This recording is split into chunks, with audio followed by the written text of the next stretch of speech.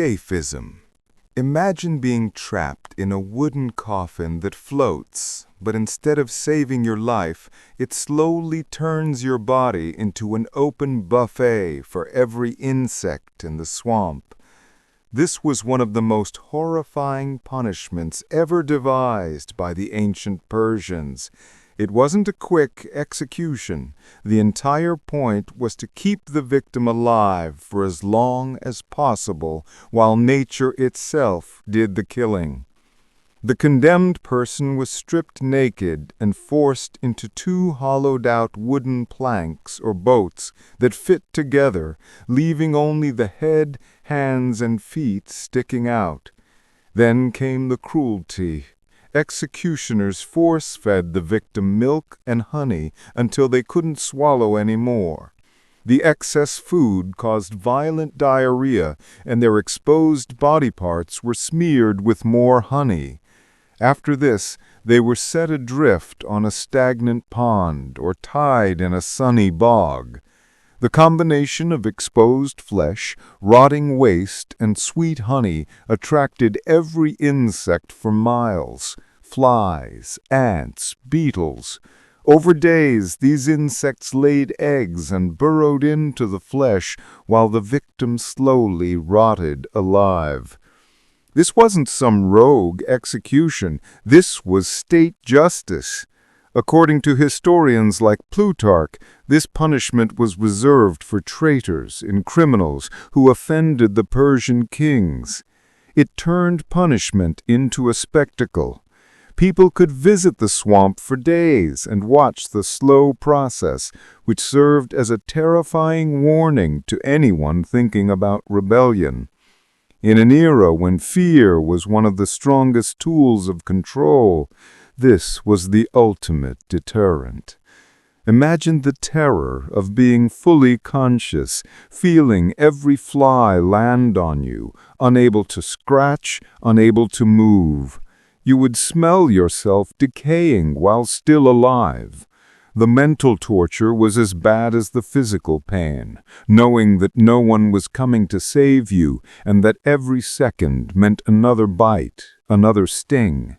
And while we don't strap people into boats anymore, the idea of suffering slowly while the world watches isn't gone.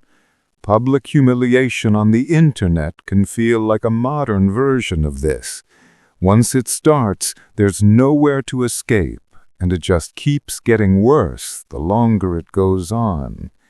Even solitary confinement in prisons today, which breaks people mentally, has a similar slow, creeping cruelty. This wasn't just a punishment, it was a statement. Your death will feed the earth.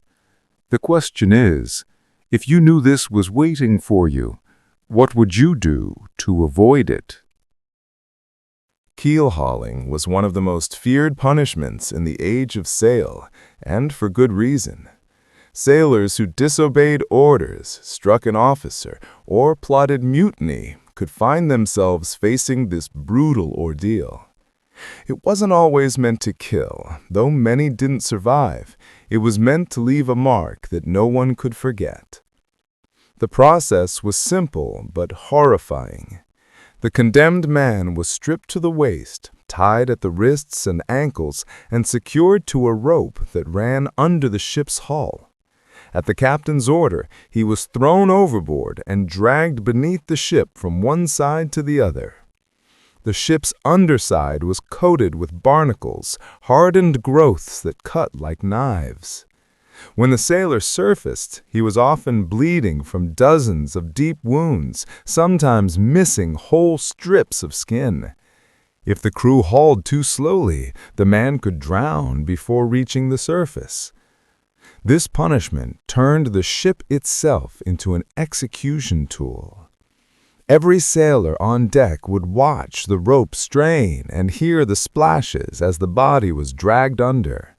Some came up gasping, barely alive. Others came up limp, their punishment completed by the sea itself. Surviving sailors were often left scarred, both physically and mentally, and served as walking reminders of what happened when discipline was broken. Keelhauling was particularly associated with the Dutch Navy of the 17th and 18th centuries. Naval life was harsh, and maintaining order was everything. A single act of defiance could endanger the whole crew, so punishments were designed to terrify as well as to punish. Keelhauling worked perfectly. No sailor who saw it performed would forget the sight. The fear was as cruel as the pain. The victim knew that drowning was a real possibility, and that every second underwater meant more cuts, more torn flesh. Infections from these injuries were common and deadly, so even those who survived often faced slow, painful deaths in the days that followed. Modern life might not involve ropes and barnacles, but the idea of punishment that uses fear to control people is still very much alive. Think of public scandals where someone is dragged through the mud online, a slow, painful spectacle where the real goal is to scare everyone else into obedience. Keelhauling wasn't just a punishment, it was a performance. It left a message carved into the skin of the condemned. Obey, or the sea will have you next. Breaking wheel. They didn't just execute you. They turned your body into a public billboard of pain. The breaking wheel, sometimes called the Catherine wheel, was one of the most infamous execution devices in Europe for centuries. And unlike a quick beheading or hanging, this punishment was all about making the suffering last as long as possible, with everyone watching. Here's how it worked. First, the condemned person was taken to a public square or execution site, usually surrounded by a crowd. Executioners would lay them out on the ground and tie them down. Then came the main event, the wheel itself. It wasn't a wagon wheel meant for rolling. It was a heavy wooden wheel, sometimes with iron edges, large enough to stretch the victim's body across. One by one, the executioner would take a heavy iron bar or hammer and smash the victim's bones. There was a grim method to this. They often started with the limbs farthest from the heart, like the legs, then worked upward. Each blow broke a bone but kept the person alive. The goal wasn't to kill instantly. It was to break the body so completely that it could be twisted through the wheel's spokes like a piece of wet rope. After the bones were shattered, the broken body would be woven into the wheel. Sometimes the wheel was mounted on a post, raised high so everyone could see the result. In some cases, the victim was still alive at this point, left to slowly die over hours or even days. Birds and animals might pick at the body while it was still breathing. The display could remain for days afterward, until the corpse finally rotted away, serving as a warning to anyone who might consider committing the same crime. This punishment was used for the most serious offenses: murder, treason, highway robbery. It was both a legal sentence and a form of theater. People came from miles around to watch. For rulers and judges, it was the ultimate way to show the power of law. Not only do we punish you, we erase any dignity you have left. The psychological impact was enormous. Imagine lying there, hearing bones crack one after another, knowing there were more blows to come. The crowd's gasps or cheers would remind you that your death was now a public event, not a private fate. For everyone watching, the message was clear. Crime leads to a death worse than you could imagine. When the wheel finally claimed its victim, it left more than just a corpse. It left an image burned into the minds of everyone present, a broken body hanging against the sky, warning them to obey the law or suffer the same fate. Poena Cullei. What's the worst way you can imagine being executed? Being thrown to lions? Crucified? The Romans had something even stranger and crueler waiting for those who killed their own parents. This punishment was called Poena Cullei, which literally means penalty of the sack, and it was exactly that. The condemned was sewn inside a sack along with live animals and then drowned. It sounds like something out of a nightmare, but to the Romans it was one of the most serious punishments in existence.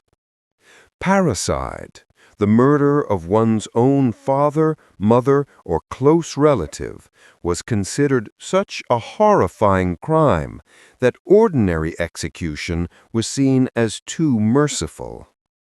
The idea was that a person who would kill their own parent had rejected every bond of human society. So the Romans decided such a person shouldn't be allowed to remain in the world at all, not even in death. Here's how it happened. First, the guilty person was scourged, whipped in public. Then came the sack.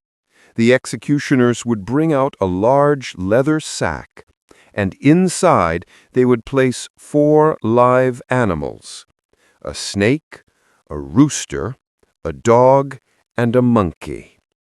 Each animal symbolized something: rage, betrayal, chaos. But the main idea was to make the death as terrifying as possible. The condemned was forced into the sack with the animals, which were now thrashing and panicking in the dark. You can imagine the chaos inside. Claws scratching, teeth biting, the snake coiling.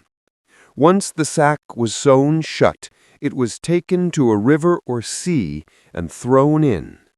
If the animals didn't kill the person first, drowning certainly would. The spectacle didn't just punish the criminal, it sent a message to everyone watching. Parricide wasn't just an attack on a family, it was an attack on the entire Roman order. By killing a parent, you destroyed the sacred chain of respect that held society together. Poena Cullei symbolically cut that person off from humanity, sealed them away, and erased them. This wasn't an everyday punishment. It was reserved for rare, shocking cases where there was no question of guilt. Roman law took parental authority seriously. The father of a Roman household had power of life and death over his children, so murdering him was treated as an act beyond forgiveness. The thought of being trapped, unable to escape, with animals tearing at you in the dark, must have been pure horror. And that was exactly the point. The Romans didn't just want you gone, they wanted you erased from memory, drowned with chaos itself. Lingchi. Some punishments weren't meant just to kill you. They were meant to erase you, piece by piece. Lingchi, often called death by 1,000 cuts, was one of the most feared forms of execution in imperial China. It wasn't quick, and it wasn't merciful. The entire point was to take life as slowly and publicly as possible, turning the condemned person's final moments into a spectacle of endurance and agony. The process began with binding the condemned to a wooden frame or post, usually in a public place where everyone could watch. The executioner didn't simply swing a sword and end it. Instead, he used a sharp knife to cut away small sections of flesh, piece by piece. The first cuts were often to the arms, shoulders, or thighs, painful but not immediately fatal. The goal was to prolong life for as many cuts as possible, making the punishment last minutes or even hours. Historical records say some executioners were skilled enough to keep the victim conscious through dozens, sometimes hundreds of cuts. They knew exactly where to slice to cause pain without killing too quickly. Shaving flesh from the arms, removing sections of muscle, and finally moving toward more vital areas. In some cases, opium was given to the condemned to dull the pain just enough to keep them alive longer, ensuring the execution could be completed in full view of the crowd. Lingchi wasn't for ordinary crimes. It was reserved for treason, murder of close family members, and other offenses considered threats to the very order of the empire. The idea was the criminal had harmed society in an unforgivable way, and so their body, too, must be destroyed in the most thorough, humiliating way possible. Witness accounts describe the scenes as unbearable. Crowds gathered to watch, both horrified and fascinated, as the human body was slowly dismantled. For the condemned there was no quick release, just the sound of the crowd, the rhythm of the knife, and the creeping realization that death was coming, one slice at a time. This punishment had a deep psychological meaning as well. In traditional Chinese culture, preserving the body after death was considered important for honoring ancestors. Lingchi destroyed not just the life, but the body's integrity, leaving the person spiritually dishonored even after death. By the early 20th century, Lingchi was officially abolished, but by then it had already become a symbol of ultimate cruelty. To suffer death by 1,000 cuts wasn't just to die. It was to be broken apart until nothing remained, your pain carved into memory for all to see. Bamboo torture. You wake lying flat on the ground, tied down so you can't move. Under your back, you feel sharp shoots pressing into your skin. Then you realize they're growing. This was the nightmare of bamboo torture, a form of execution or punishment that relied on nature itself to do the killing. It's one of those punishments that sounds like a myth, but historical references and experiments suggest it could be horrifyingly real. The setup was simple but cruel. The victim was tied down over young bamboo shoots planted in the ground. Bamboo grows incredibly fast, in some species more than a foot in a single day. As the hours and days passed, the shoots would keep growing, and because bamboo is so strong and pointed, they would eventually pierce through the person's skin. This wasn't an instant death. In fact, that was the point. It was meant to be slow. The shoots would start by pushing painfully into the back or the legs, breaking the skin after enough time. Each day they'd grow longer, forcing their way through muscle and eventually out the other side. Depending on how many shoots there were and how the person was tied, it could take days before the victim finally died, either from blood loss, infection, or shock. Bamboo torture has often been associated with stories from Asia, particularly China or Southeast Asia, though its exact historical use is debated.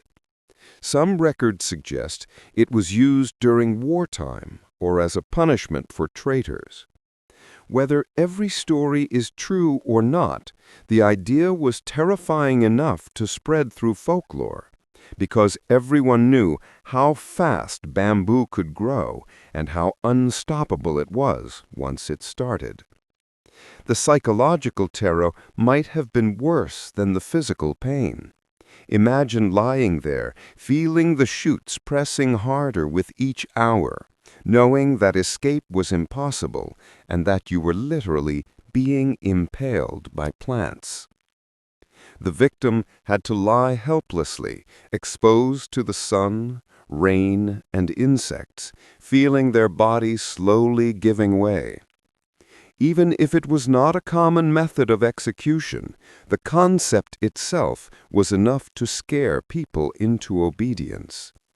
The idea that nature could be turned into a weapon, that something as ordinary as bamboo could be used to kill so painfully, left a deep impression on anyone who heard about it. When death finally came, it wasn't quick or dramatic. It was quiet. Just another stalk of bamboo pushing upward, leaving behind a body that looked like the forest itself had claimed it. Iron chair. The chair wasn't for sitting, it was for dying.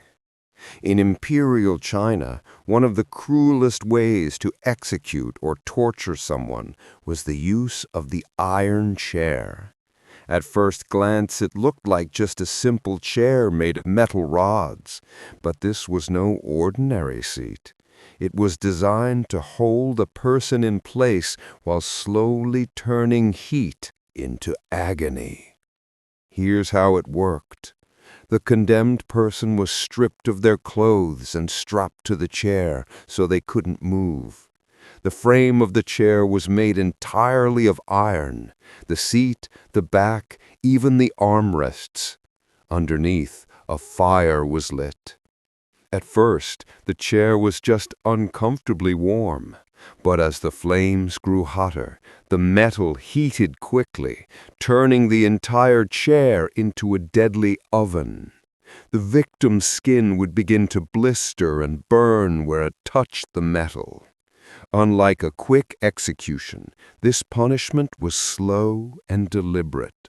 The person couldn't escape. The straps kept them pinned in place, and the heat was steady, cooking the body bit by bit.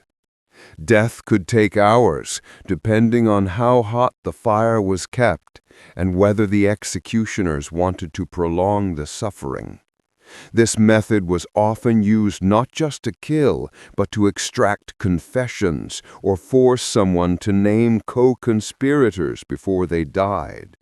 Interrogators could control the fire, letting the chair cool just enough to keep the victim alive and talking, then stoking the flames again to make the pain unbearable.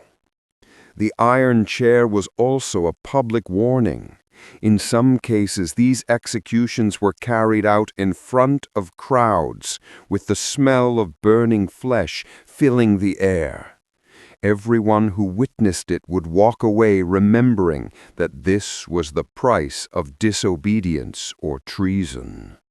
What made this punishment so horrifying wasn't just the physical pain, it was the slow pace and the inescapability. Being tied to something you knew was killing you, feeling the heat rise under you, hearing the hiss of your own skin against hot iron, that was psychological torture as much as physical. For the rulers who used it, that was the point. They weren't just punishing one person, they were sending a message to everyone else. The iron chair turned human suffering into a spectacle, a way to display power and crush opposition before it could spread. When it was finally over, what remained was a body burned and blackened by the very seat it had been strapped to. The chair itself could be used again, cold and silent, waiting for the next victim. Sawing in half. What's worse, dying quickly, or knowing your execution will take hours, starting from the very place you fear the most? Sawing in half was one of the most brutal and haunting punishments ever used. It was designed not just to kill, but to shock anyone who saw it into never forgetting what they had witnessed. The setup was as cruel as it was simple. The condemned person was hung upside down, usually by the ankles, with their legs spread apart. Hanging them upside down wasn't random. It kept blood rushing to the brain, which meant the person stayed conscious for much longer than they would have if they were upright. Then the executioners brought out a large two-man saw, the kind normally used for cutting wood. The sawing began right at the groin, where the pain would be most intense and humiliating. The executioners worked slowly, deliberately, so the saw wouldn't cut too fast and kill the person too soon. Because of the inverted position, the victim often stayed alive until the saw reached the chest or even the neck. The crowd would see the entire process, from the first cut to the last. This punishment was used in various parts of the world. Some sources point to medieval Europe, others to parts of Asia and the Middle East. It was usually reserved for the most serious crimes, such as treason, rebellion, or murder. The whole idea was to make an example so terrifying that no one would dare repeat the crime. Witness accounts describe the scene as horrific. The sound of the saw, the screams of the victim, the sight of blood pouring downward. It turned executions into a public spectacle. People came not just to see justice done, but to be reminded of the power of the rulers and the fate that awaited anyone who defied them. Psychologically, this punishment was devastating. Imagine hanging there, feeling the first teeth of the saw cut into you, knowing what was coming next and being powerless to stop it. Every second stretched into an eternity. Death wasn't sudden. It was a slow descent, one pull of the saw at a time. Sawing in half was eventually abandoned in most places because it was too gruesome even for public executions. But during the time it was used, it served its purpose. It terrified entire communities and kept rebellion in check through sheer fear. When the saw finally stopped, there was nothing left but silence, a crowd forever marked by what they had seen, and a ruler satisfied that their warning had been delivered. Flaying Alive. Let his skin be displayed as a warning to all who pass. That was sometimes the order given when flaying was chosen as a punishment. Flaying alive, literally peeling the skin from a living person, was one of the most terrifying forms of execution ever practiced. It wasn't enough to kill the person. The point was to erase them, to turn their body into a symbol of power and fear. The process was as gruesome as it sounds. The condemned was restrained so they couldn't move, tied to a post, stretched out on a frame, or even nailed down. Then the executioner, often a specialist, would take a sharp knife and begin slicing away the outer layer of skin. The cuts usually started at the legs or arms and worked inward, peeling the skin off in sections. It was an excruciatingly slow process because the executioner wanted to keep the victim alive as long as possible. The victim would likely go into shock quickly, but depending on the skill of the person doing the flaying, death might not come for hours. In some cases, the goal was not just to kill, but to preserve as much of the skin as possible, so it could be displayed afterward, stretched out on a wall or nailed to a gate as a warning. Flaying was used in several ancient cultures. The Assyrians were notorious for it, using it on captured enemies and rebels. In some accounts, the flayed skin was displayed on city walls, a message that rebellion would end not only in death, but in humiliation that lasted long after. Similar punishments were recorded in parts of the Middle East, India, and even medieval Europe for traitors and heretics. For those who witnessed it, flaying was unforgettable. The sight of someone's very skin being removed, the screams, the smell, it turned the execution into a horrifying lesson. No one could watch without feeling the intended fear. This is what happens to those who defy the ruler or the law. The psychological cruelty was almost as important as the physical pain. In many cultures, the body was sacred even after death. To be stripped of your skin meant to be denied dignity, to have your very identity erased. It was the ultimate way to dishonor someone. When the execution was over, the corpse was often left exposed, a flayed figure that reminded everyone of the price of rebellion or treachery. The skin might hang in public view for weeks, turning the victim into a permanent warning. Flaying alive was more than just a death sentence. It was a message carved into flesh, meant to live on in the minds of all who saw it. Coffin Torture. A human-shaped cage hangs from a post, creaking in the wind. Inside, a person is still alive, staring out through the bars. This was coffin torture, a punishment that was as much about terror as it was about death. The coffin wasn't a wooden box like we think of today. It was a cage, often made of iron or wood, shaped roughly like a human body. Some were built to fit fairly loosely. Others were so tight the victim could hardly move.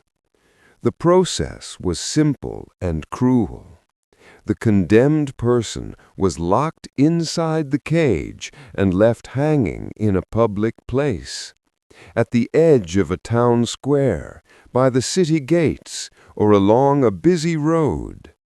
There was no shelter from the sun, wind, or rain. The person was given no food or water. Sometimes the sentence lasted until death. Other times the body was left inside, even after the person had died, turning the cage into a gruesome warning. Insects and birds played a big part in this torture. Crows, ravens, and other scavengers would peck at exposed flesh while the victim was still alive. In hot weather, the sun would bake the person inside the cage. In cold weather, the cage offered no protection from freezing temperatures. It was a punishment of slow decay, both of the body and the spirit. Coffin cages were used across Europe during the Middle Ages and into the early modern period. They were a favorite punishment for thieves, traitors, and murderers, especially when the authorities wanted to make an example. The sight of a slowly dying person, or later their rotting corpse, sent a very clear message to passers-by.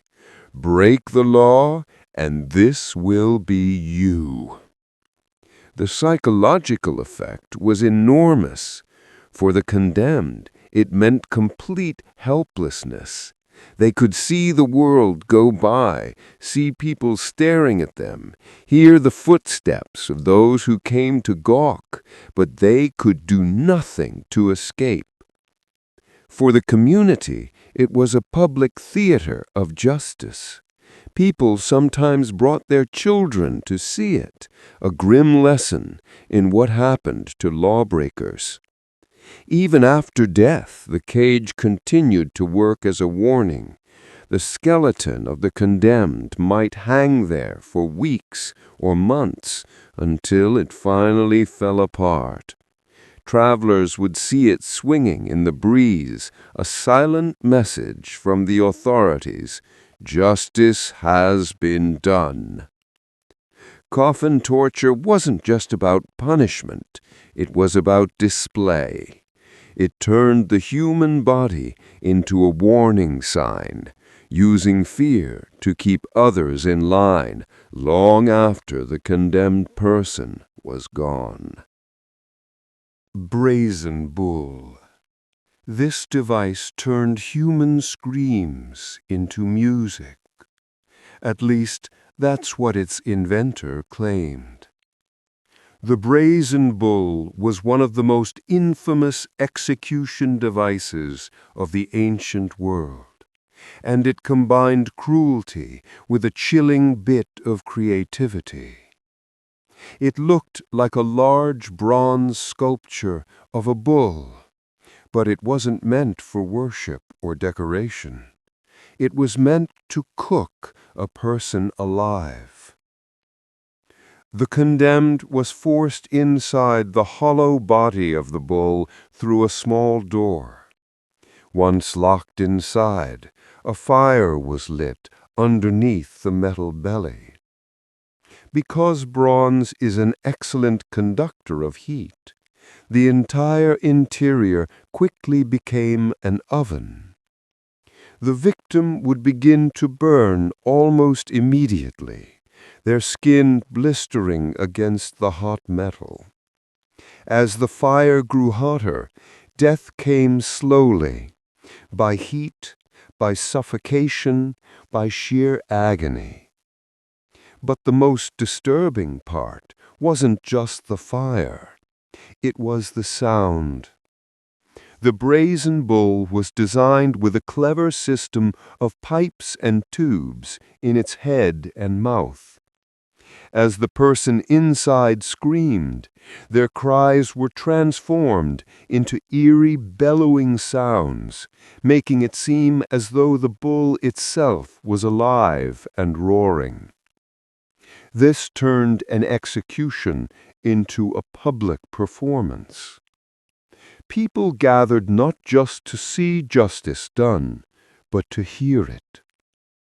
The device is credited to a craftsman named Perillos in ancient Greece, who supposedly presented it to the tyrant Phalaris of Akragas as a new form of punishment.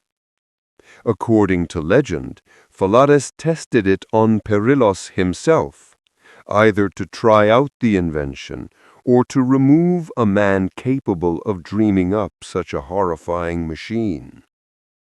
Whether that story is entirely true or not, it shows how closely this device was associated with cruelty. The Brazen Bull was used for those the ruler wanted to make an example of: traitors, criminals, and enemies of the state. The spectacle mattered as much as the death itself. The crowd could see the fire blazing beneath the bull, smell the smoke, and hear the awful metallic roars echoing across the square. It was a theater, meant to leave an impression no one could shake. The psychological impact was devastating. Imagine being locked inside, hearing the door close, feeling the air grow hotter with every breath, knowing your screams were only entertaining the crowd.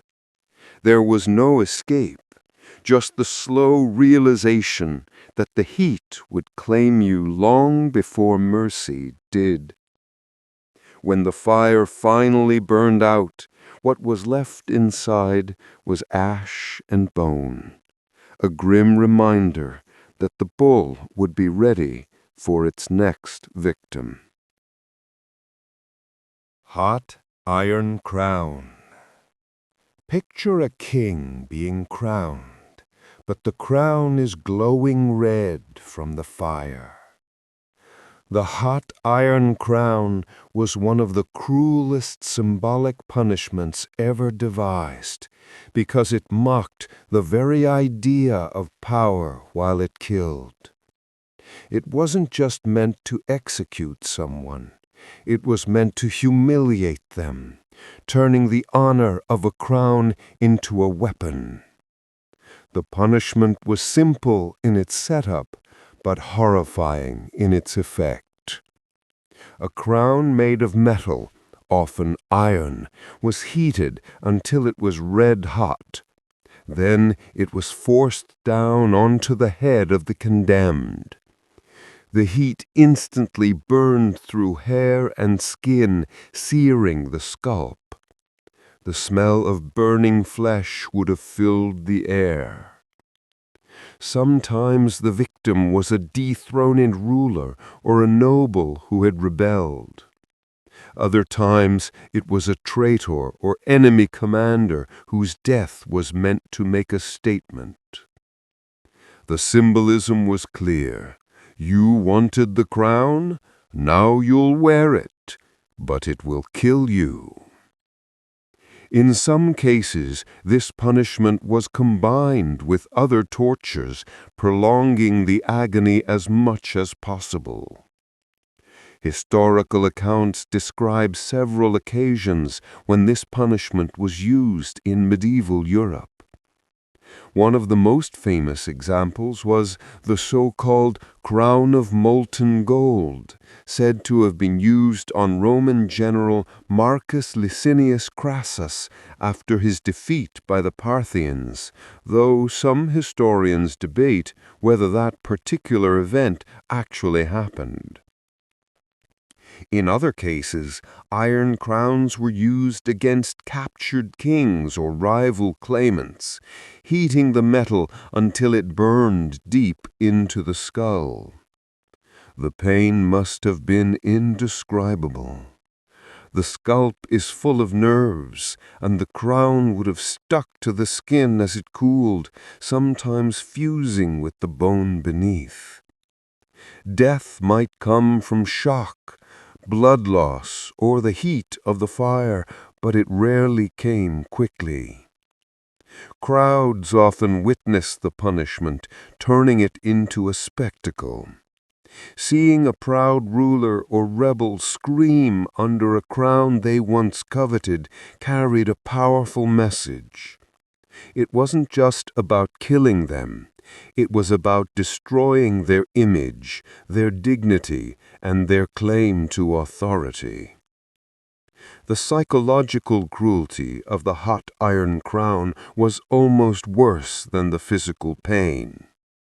It turned the very symbol of kingship into an instrument of death, mocking the victim's ambition in front of everyone. It sent a message to future challengers. Try to seize power, and this is the reward you'll get. When it was over, the crown might be displayed with the body, a final reminder of what had been done. The punishment lived on in memory as a warning that the pursuit of power could end not with glory, but with fire. Boiling alive. Some people were executed by being cooked like food. Boiling alive was exactly what it sounds like, a punishment where the condemned was placed into a cauldron or large pot filled with liquid and heated until death. It was one of the most agonizing ways to die, and was used in different cultures when authorities wanted to make a terrifying example. The setup was simple but horrifying. A massive cauldron or large metal pot was filled with water, oil, tar, or even molten lead. Sometimes the victim was placed inside before the liquid was heated, forced to wait while the fire was lit underneath and the temperature slowly climbed. Other times they were thrown straight into already boiling liquid, ensuring instant and violent pain. If the liquid was heated slowly, the condemned would have felt the temperature rise degree by degree, their skin first reddening, then blistering, then peeling away. Death could take minutes, sometimes longer, depending on the size of the cauldron and the temperature. The screams, the bubbling of the liquid, and the smell of burning flesh turned the punishment into a gruesome spectacle for everyone watching.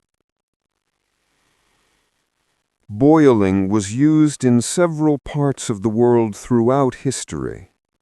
In medieval Europe, it was occasionally employed for crimes like poisoning, seen as such a vile betrayal that an ordinary execution wasn't considered enough. In England, under King Henry VIII, boiling was even made the official punishment for murder by poison for a short period in the 16th century. In Asia and the Middle East, similar punishments were sometimes used for treason, rebellion, or major religious offenses. The psychological terror was almost as important as the pain. Being led to a giant pot, hearing the liquid hiss and bubble, knowing there was no escape, that was enough to make the punishment effective even before it started. For onlookers, it was a warning that certain crimes brought not just death, but death in the most horrifying way possible. The executioners could adjust the level of cruelty. A slow boil stretched out the suffering, letting the crowd watch as the victim writhed and screamed. A quick plunge into already boiling liquid killed faster, but it was still a brutal sight. Either way, the punishment sent a clear message. This was not a crime you wanted to commit. When it was over, the body might be left in the pot, grotesquely cooked, as a final warning to anyone who passed by. The cauldron itself sometimes became a symbol of fear, remembered long after the crime and execution were forgotten. Boiling alive turned death into a slow, bubbling horror, a punishment designed not just to end a life, but to burn it into the memory of everyone who saw it. Molten metal pouring. What would it feel like to have liquid metal rush down your throat while still alive? This was one of the most dreaded forms of execution in history, molten metal pouring. The idea was brutally simple. Heat a metal until it was liquid, then force the victim to swallow it. Gold, silver, or lead were most often used, depending on the crime and who was being punished. The preparation was as terrifying as the act itself. A crucible or pot of metal was heated until it was glowing, liquid, and ready to pour. The condemned person was restrained so they couldn't turn their head or shut their mouth. Sometimes their jaws were forced open with iron tools. Then, when everything was ready, the executioner tilted the container and poured the metal straight down their throat. The result was instant, excruciating death. Molten metal is far hotter than boiling water. Lead melts at over 600 degrees Fahrenheit, or around 320 degrees centigrade, and gold at over 1,900 degrees Fahrenheit, or about 1,060 degrees centigrade. The metal would burn through the mouth, tongue, throat, and lungs almost instantly, killing the person before they could even scream. The body was often left with smoke rising from the mouth and nose, a horrifying sight for those who watched. This punishment was rare, but it was used in several parts of the world as a particularly symbolic form of execution. Roman accounts mention it being used for traitors or forgers. In India, the Mughal Emperor Akbar reportedly used it on corrupt tax collectors as a warning to others.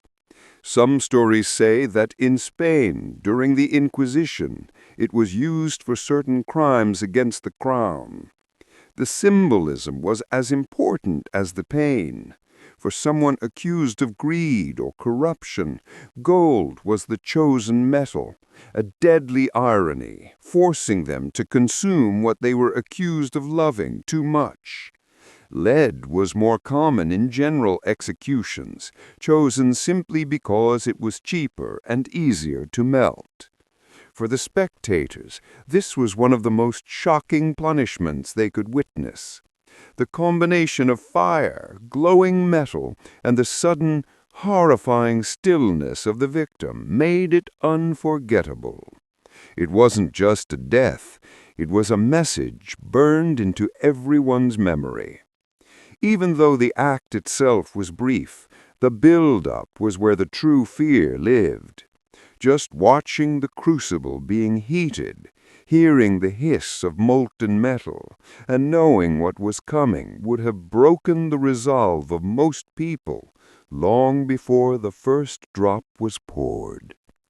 When it was over, the body might be left where it fell, the mouth charred, a grim warning to anyone who thought of committing the same crime. Red-hot pincers were a punishment designed to make every moment unforgettable, both for the victim and for the crowd. At first glance, the tool looked simple, just a pair of blacksmith's tongs. But once they were heated in a roaring fire until they glowed orange, they became one of the most terrifying instruments of torture in history. The victim was usually restrained, tied to a post, chained to a wall, or held down by guards to make sure they couldn't escape. Then the executioner would take the glowing pincers from the fire, the metal so hot it radiated heat into the air, and clamp them down on the victim's flesh. The skin would burn instantly, charring and sticking to the metal before being ripped away. This wasn't a one-time strike. The torture was usually carried out slowly, often on specific parts of the body, like the arms, chest, or thighs, and in the most severe cases, even the face. Each time the pincers cooled, they were reheated and used again. The goal wasn't a quick death. It was to cause unbearable pain, to terrify onlookers, and to make an example of the condemned person. In medieval and early modern Europe, red-hot pincers were used on traitors, heretics, or people guilty of especially shocking crimes. Sometimes they were used before the main execution. The victim might be tortured with the pincers first, and then burned, hanged, or broken on the wheel. In France, for example, regicides, those who killed kings, were often subjected to this as part of their public execution. The psychological aspect was as important as the physical. The victim would have seen the executioner heating the pincers, heard the hiss as they came out of the fire, and knew exactly what was about to happen. The pain itself was immediate and searing, but the waiting, watching the pincers glow hotter and hotter between each strike, stretched the suffering out even longer. Crowds came to witness these punishments. The screams, the smell of burning flesh, the sight of glowing iron, it all added to the sense of dread. The authorities wanted everyone present to walk away thinking twice before committing the same crime. When the torture finally ended, the victim was often near death from shock or blood loss, but the punishment didn't end until the final execution was complete. The pincers would cool, the fire would die down, but the memory of what had happened stayed with everyone who saw it. Red-hot pincers weren't just a tool. They were a message, one written in fire and pain. Hot iron shoes. Every step burned away another piece of you. Hot iron shoes were a punishment that turned walking, something ordinary and human, into an unbearable act of torture. The concept was terrifyingly simple. Force the condemned person to wear metal shoes that had been heated until they glowed, and then make them walk. The shoes themselves were often shaped like crude clogs or boots made of iron.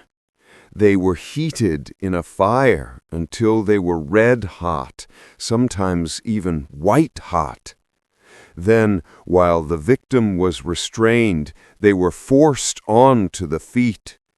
The heat burned instantly through skin, boiling flesh and fusing it to the metal. But that was only the beginning. Once the shoes were on, the condemned person was made to stand and walk. Each step deepened the burns, tearing away blistered flesh that stuck to the inside of the shoes. The pain must have been beyond comprehension. Every nerve in the foot screaming at once.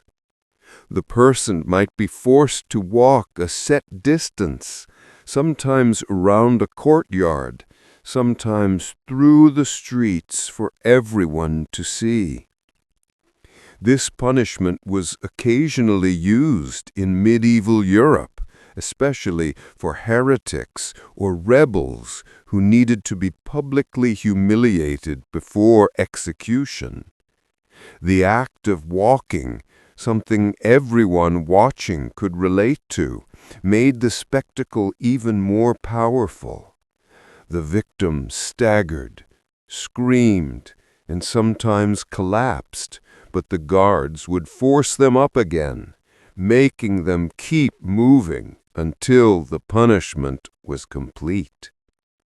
In some accounts, the shoes weren't removed until the person's feet were completely destroyed, leaving them unable to walk at all. Sometimes death followed quickly from shock or blood loss. Other times, the torture was just one stage in a longer execution, followed by burning at the stake or beheading. The crowd would have seen everything: the glow of the shoes, the smoke rising from the victim's steps, the smell of burning flesh. This was meant to be unforgettable. Authorities used it as a way to send a message. Step out of line, and even the simple act of walking could be turned into a death sentence. The psychological impact was brutal. The condemned person knew what was coming as soon as they saw the shoes in the fire.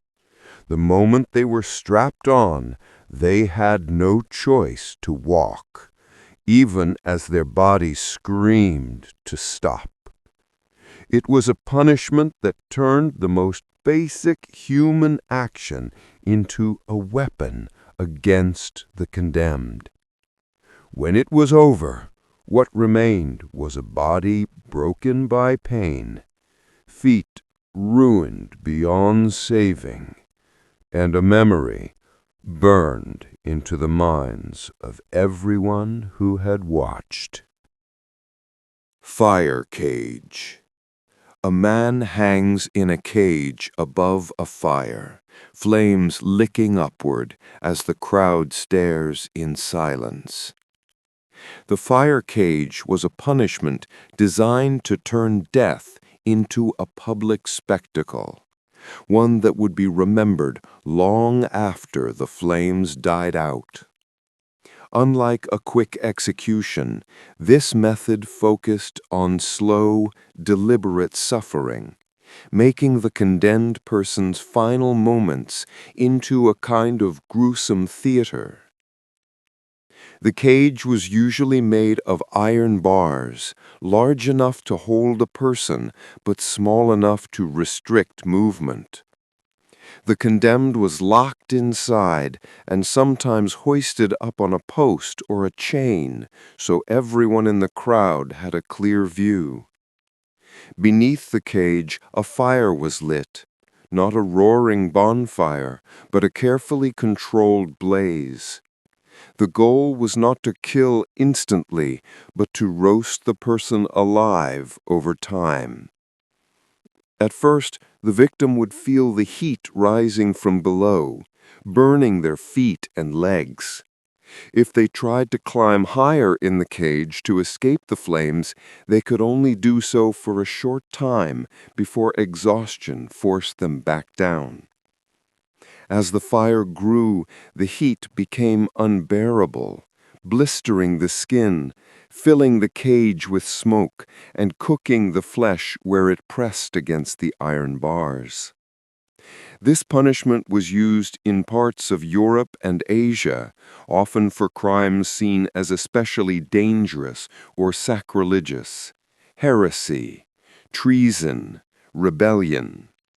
Sometimes it was part of a longer ordeal.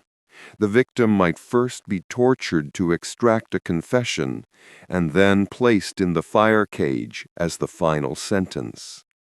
The spectacle was everything. People were summoned to watch, and the cage was placed where everyone could see the condemned writhe and scream. The fire might be stoked higher or allowed to smolder to prolong the suffering. It was a slow death, one that gave the audience plenty of time to absorb the message being sent. The psychological impact was enormous. The condemned person had no way to escape. Every direction was barred. They could see the fire, hear it crackle, and feel the heat intensify until pain overwhelmed everything else. Even the cage itself became part of the torture, branding the victim's skin as it heated. When it was finally over, the cage often held nothing but charred remains. In some cases, the cage was left hanging with the body still inside until only bones were left, a grim reminder to everyone who passed by. The fire cage wasn't just a way to execute someone. It was a performance designed to inspire fear, obedience, and silence in anyone who might think of defying the authorities next. Pitch coating and burning. They started by covering you in sticky black tar. The smell would have been overwhelming, sharp, chemical, suffocating. Your skin and hair were completely drenched, every inch of you coated in the thick, flammable substance. And then you realized why. Pitch coating and burning was one of the most horrifying ways to execute someone, turning the human body into a living torch. Pitch or tar was a sticky, resinous material used for sealing ships and roofs. It burned hot and slow, which made it perfect for a punishment that was supposed to be as painful and memorable as possible. Once the victim was completely covered, they were tied to a stake or post so they couldn't run. Sometimes straw or wood was piled at their feet to keep the fire steady. When everything was ready, the torch was brought forward. The moment the pitch caught fire, it clung to the skin, burning hotter and longer than plain flames ever could. The victim's body became the fuel. Unlike a quick burning, where death might come in minutes, this could stretch the agony out for much longer, depending on how thickly the pitch had been applied. This method was sometimes used as a form of execution for heretics, witches, and traitors in medieval and early modern Europe. It was also occasionally used as a form of punishment short of death. The fire could be lit just enough to cause severe burns, but leave the person alive, scarred for life, as a living warning. The spectacle was deliberate. Crowds gathered to watch the flames climb, to hear the screaming, and to smell the burning pitch and flesh. The punishment wasn't just about the person being burned. It was about everyone who watched, everyone who left that day with the memory of what they had seen and the fear of suffering the same fate. The psychological terror started long before the fire was lit. Being coated in pitch was a slow, humiliating process, and the condemned would have known exactly what it meant. Standing there, dripping with tar, tied to the stake while the executioners prepared the fire, gave them time to think, and gave the crowd time to gather. When it was over, little was left but blackened remains, sometimes still smoldering. The stake and ground would be marked with soot, a visible reminder for days afterward. In some cases, the ashes were left scattered or thrown into a river, so the condemned could have no proper burial. Pitch coating and burning wasn't just about death. It was about turning the condemned into a human warning sign, one last blaze of terror meant to keep everyone else in line. Judicial amputation. For some crimes, you didn't lose your life, you lost a piece of your body. Judicial amputation was a common punishment in many parts of the world for centuries, and it was exactly what it sounded like, cutting off part of the offender's body as a sentence.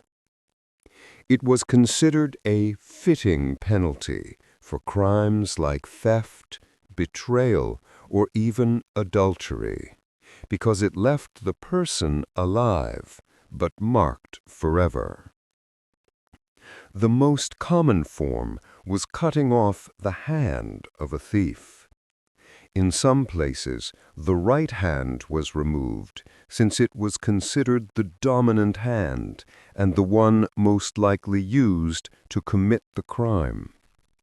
Sometimes, the punishment was escalated for repeat offenders. A first theft might cost a hand, a second theft the other hand, and a third offense the person's life. But hands weren't the only things taken. Noses, ears, tongues, and even feet were sometimes cut off depending on the crime. A servant who betrayed a master might lose their nose as a sign of shame. Someone accused of lying could have their tongue removed.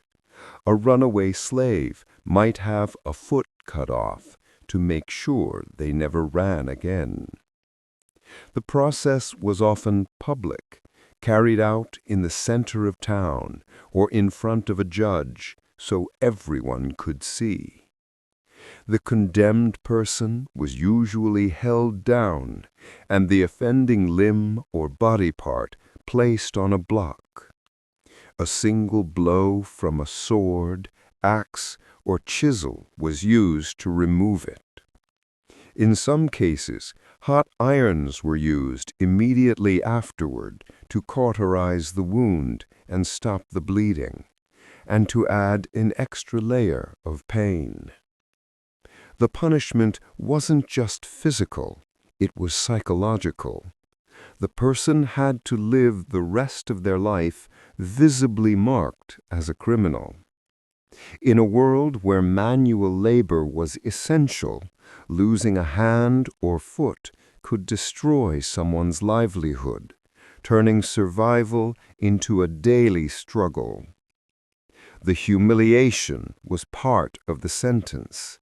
Everyone who saw them knew what they had done. Different cultures used this punishment for centuries.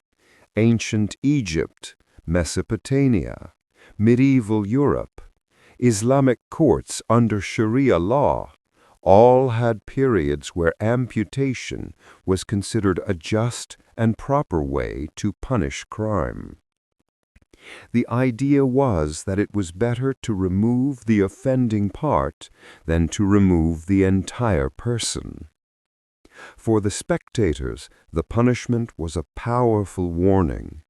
Seeing someone cry out as the blade came down, seeing the blood and the stump left behind, drove the message home far more effectively than a fine or a prison term.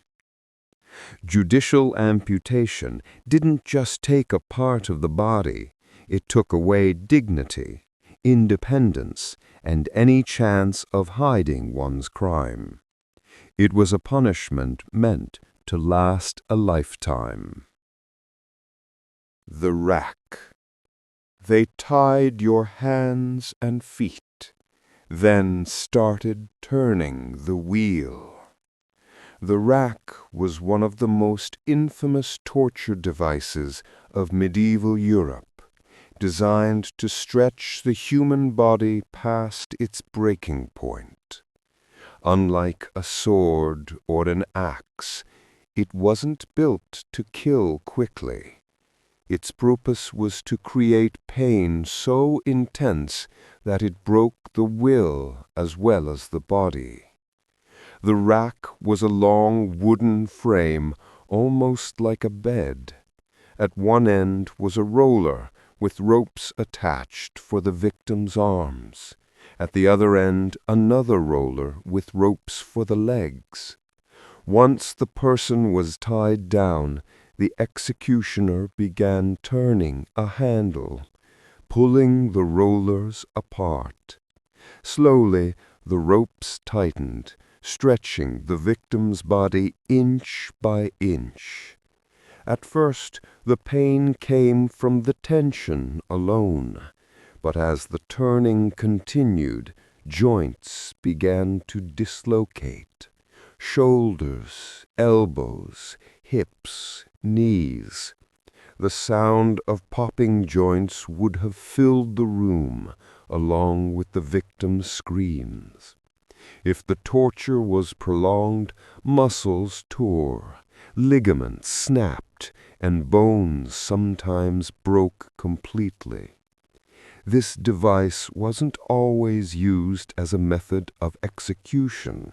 More often, it was a tool to extract confessions or information. Authorities believed that under enough pain, a person would reveal secrets, name accomplices, or confess to crimes. The victim could be stretched just far enough to cause agony without killing them, then released, only to be put back on the rack again if they didn't cooperate.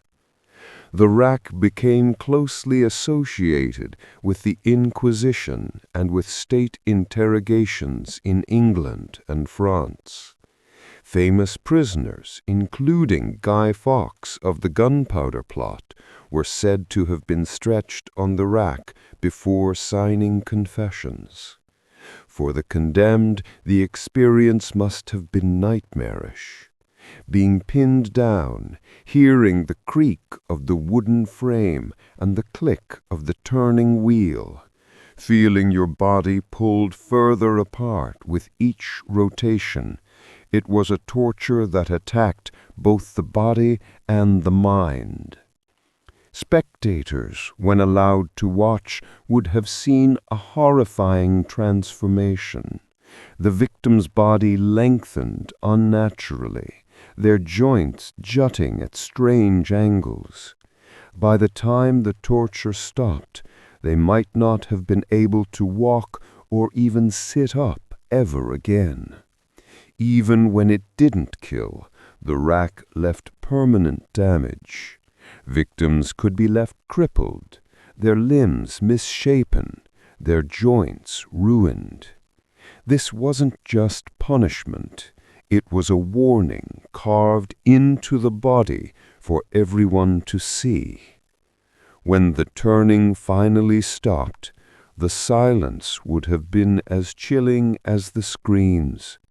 The rack didn't just stretch its victims, it stretched fear across the entire room, leaving everyone who saw it with the memory of what pain could do.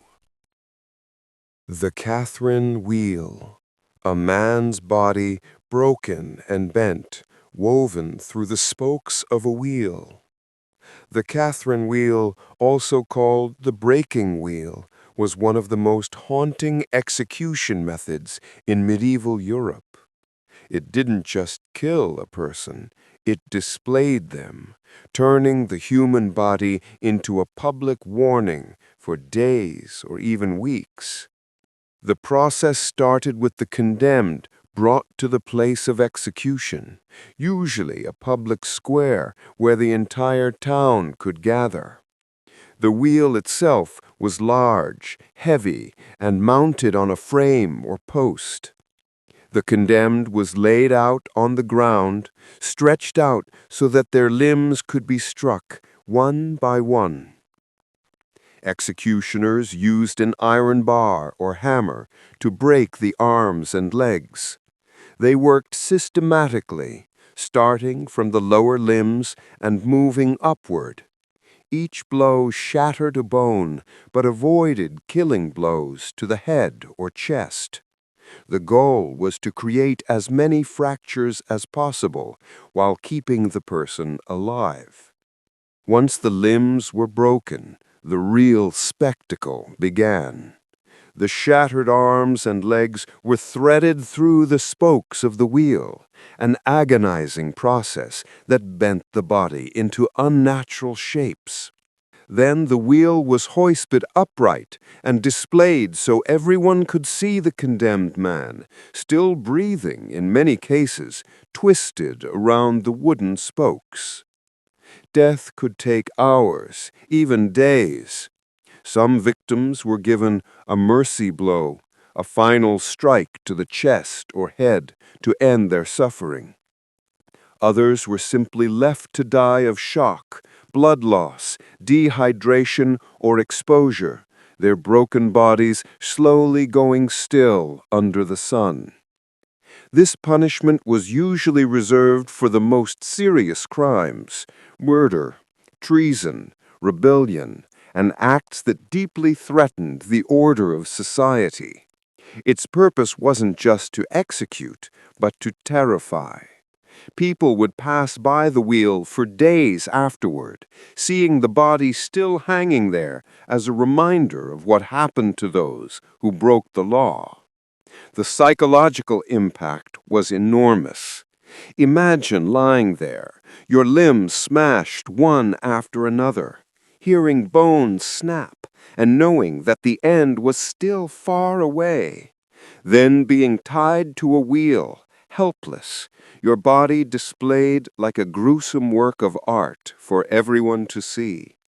For the authorities, that was the point. The Catherine wheel turned justice into a spectacle that no one could ignore. It was as much a message to the living as a punishment for the guilty.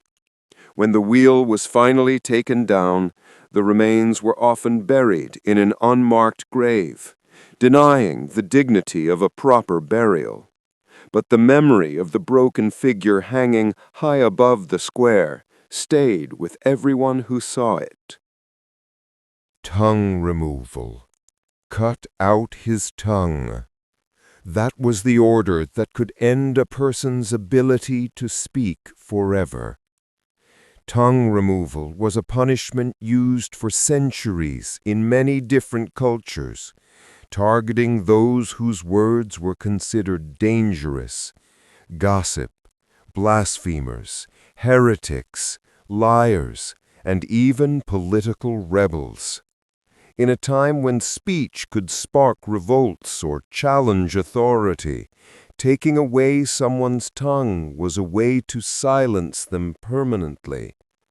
The punishment was usually carried out in public, turning it into a warning for everyone else. The condemned person was restrained, often held down by guards so they couldn't move. Their mouth was forced open, sometimes with a wooden wedge, sometimes with iron tools, and then the tongue was pulled out with tongs or clamps. Once it was secured, the executioner used a sharp knife to slice it off at the root. The pain would have been immediate and blinding, followed by massive bleeding.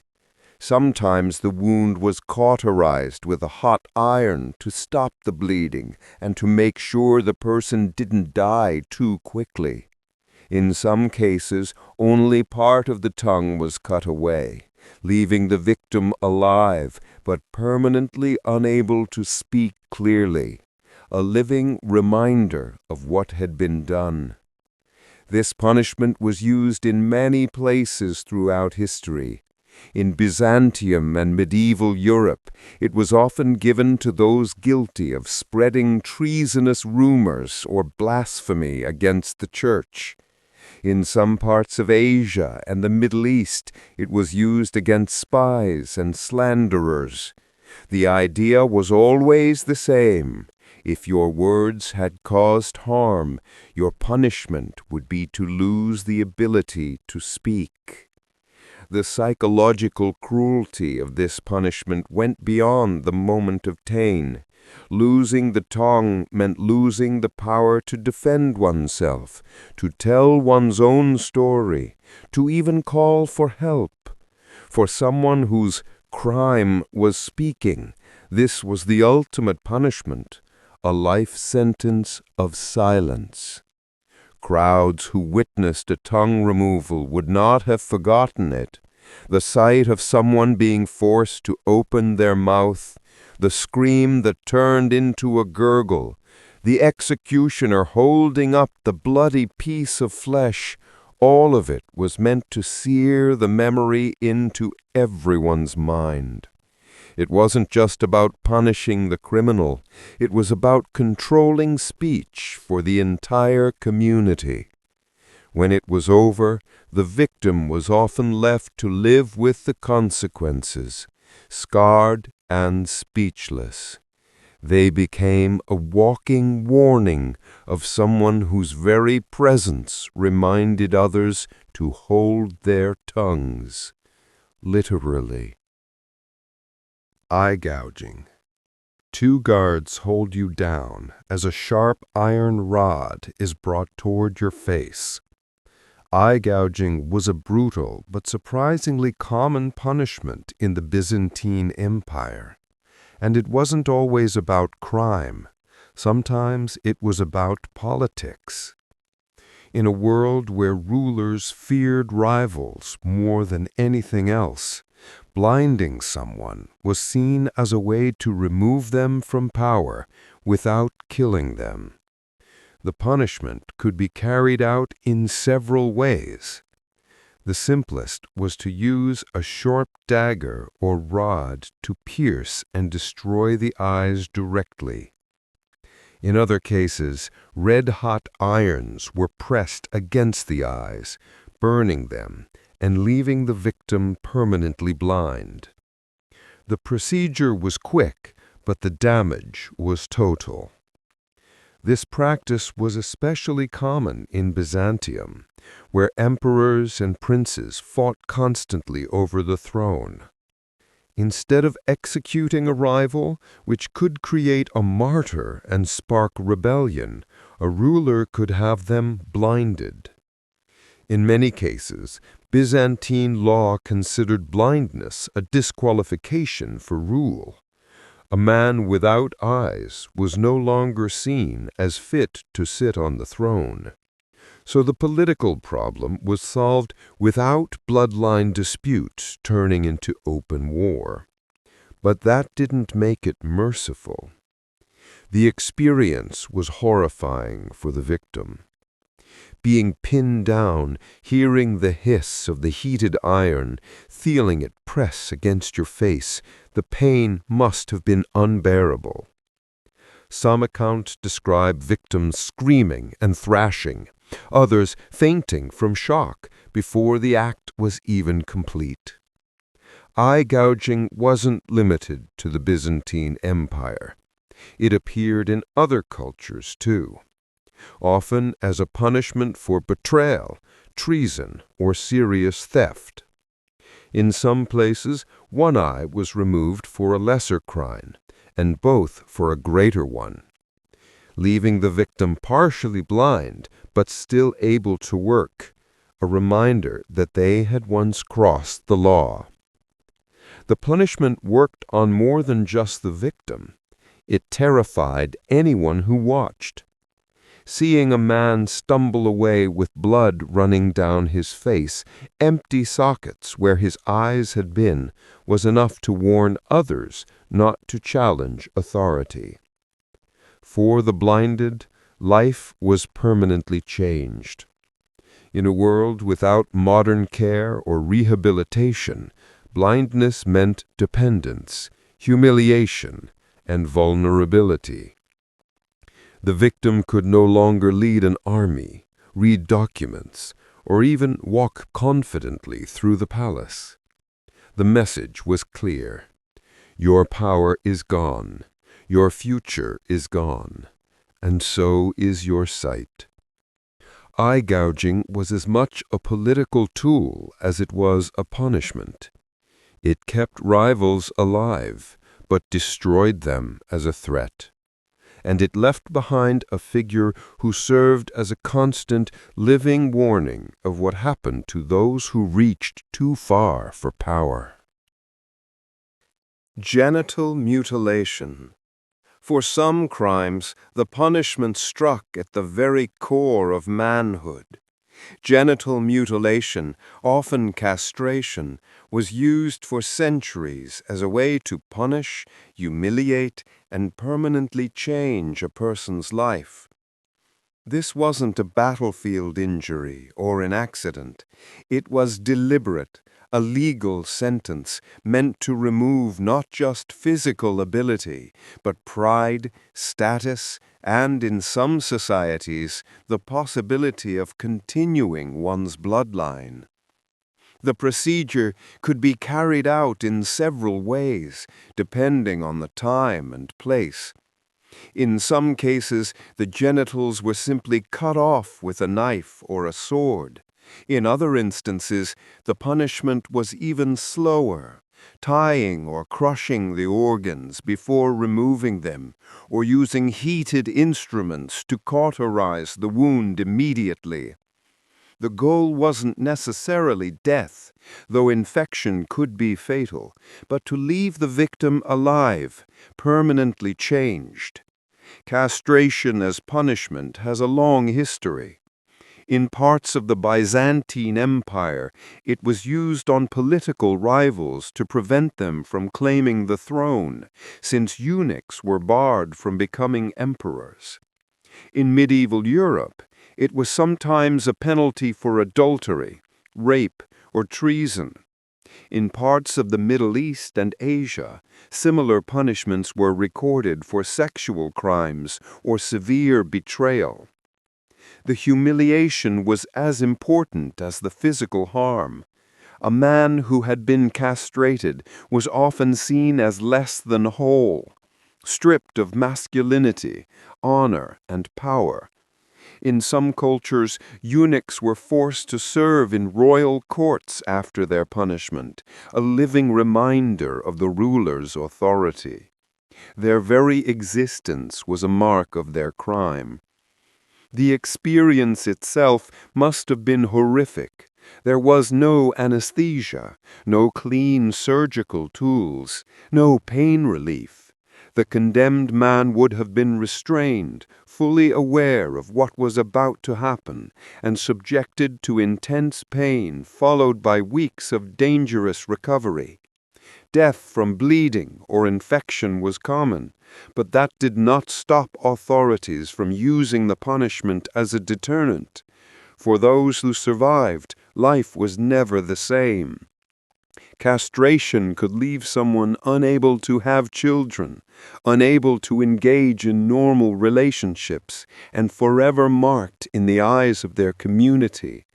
The punishment was not only physical, but social, creating an outcast whose very presence reminded others of what could happen if they committed the same crime. Public castration, when it was done in front of a crowd, was even more terrifying. The act itself was shocking enough to sear the memory into everyone watching. It was meant to stop others from even thinking about committing similar offenses. Genital mutilation wasn't just a sentence, it was a way to erase a man's future and turn his punishment into a permanent warning. Scalping as retribution. A knife slices across the top of the head, and a piece of skin is torn away. Scalping is often associated with warfare in North America, but it has been practiced by many cultures across the world as a form of revenge, humiliation, or proof of victory. It wasn't always about killing. Sometimes it was about leaving the enemy alive, but permanently marked, a walking reminder of defeat. The act itself was brutal but quick. A sharp blade was used to cut a circular pattern around the scalp, usually from forehead to the back of the skull. Once the skin was loosened, it was ripped away in one piece, leaving the skull exposed. The victim often survived if the wound was not immediately fatal, though infection, blood loss, or shock could still kill later. Among Native American tribes, scalping was sometimes a way of taking trophies in war, proof that an enemy had been killed or bested in battle. The scalps could be displayed, worn, or traded. European colonists later adopted and even encouraged the practice, offering bounties for enemy scalps during frontier conflicts. This turned scalping into both a cultural ritual and a political tool. But scalping wasn't unique to the Americas. Evidence of it exists in ancient Europe, Asia, and even among Scythian and Celtic warriors. In some cases, scalps were taken not from enemies killed in battle, but from prisoners, a deliberate act of punishment and humiliation. It showed absolute dominance over the captured foe, stripping them of dignity and leaving them disfigured. The pain of being scalped alive must have been unimaginable. The scalp is rich with blood vessels and nerves, making it one of the most sensitive parts of the body. The victim would have felt every slice, every pull, until the skin was completely removed.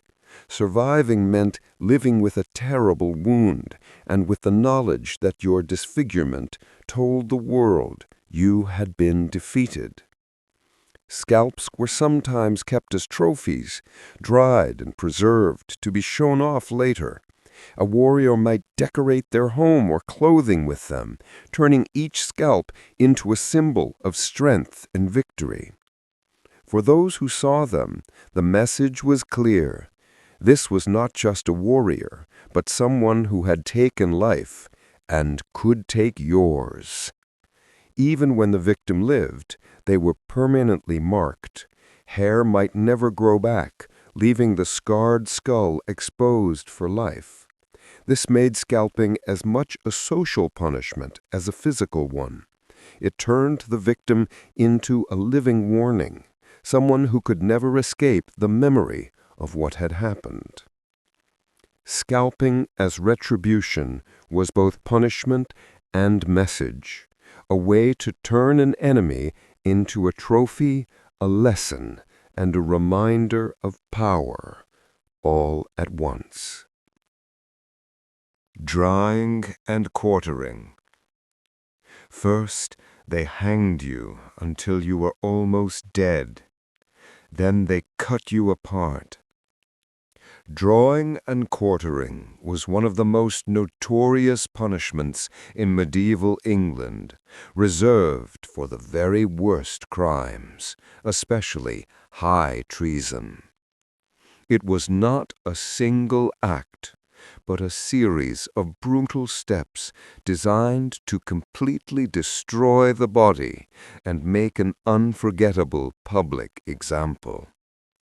The punishment began with the drawing. The condemned man was tied to a wooden hurdle or sledge and dragged through the streets by a horse to the place of execution. This wasn't just transport. It was humiliation. The crowd jeered, threw things, and got a good look at the traitor before the main event even began. At the gallows, the victim was hanged, but not to death. The rope was cut before full strangulation occurred, leaving the person gasping, half-conscious, and in agony. Then came the most gruesome part, the disemboweling. The executioner would cut open the abdomen, remove the intestines, and sometimes even burn them in front of the victim's eyes.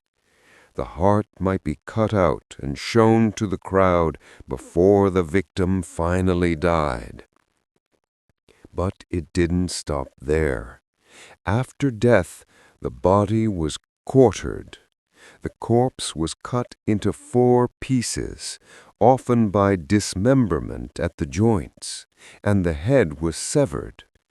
These pieces were then sent to different parts of the kingdom to be displayed, usually on city gates, bridges, or other prominent places. The head might be dipped in tar to slow decay, and then placed on a spike, where it could remain for weeks. This punishment was meant to do more than kill. It was meant to obliterate the traitor's memory, erase their honor, and turn their death into a warning that reached every corner of the land. Treason was seen as the ultimate crime, an attack on the king and the entire order of the realm, so the punishment had to be ultimate too. For the condemned, the terror must have been unimaginable. They knew exactly what was coming, and so did everyone watching. The process was deliberately public and slow, giving the crowd time to absorb every stage. Each step, from the dragging through the streets to the final display of body parts, was designed to send chills down the spine of anyone thinking of rebellion. Drawing and quartering was abolished in England in the 19th century, but for centuries before that, it was the king's way of saying, "Betray the crown, and you won't just die.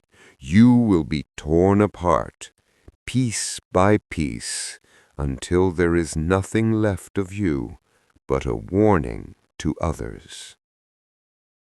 Crushing by elephant.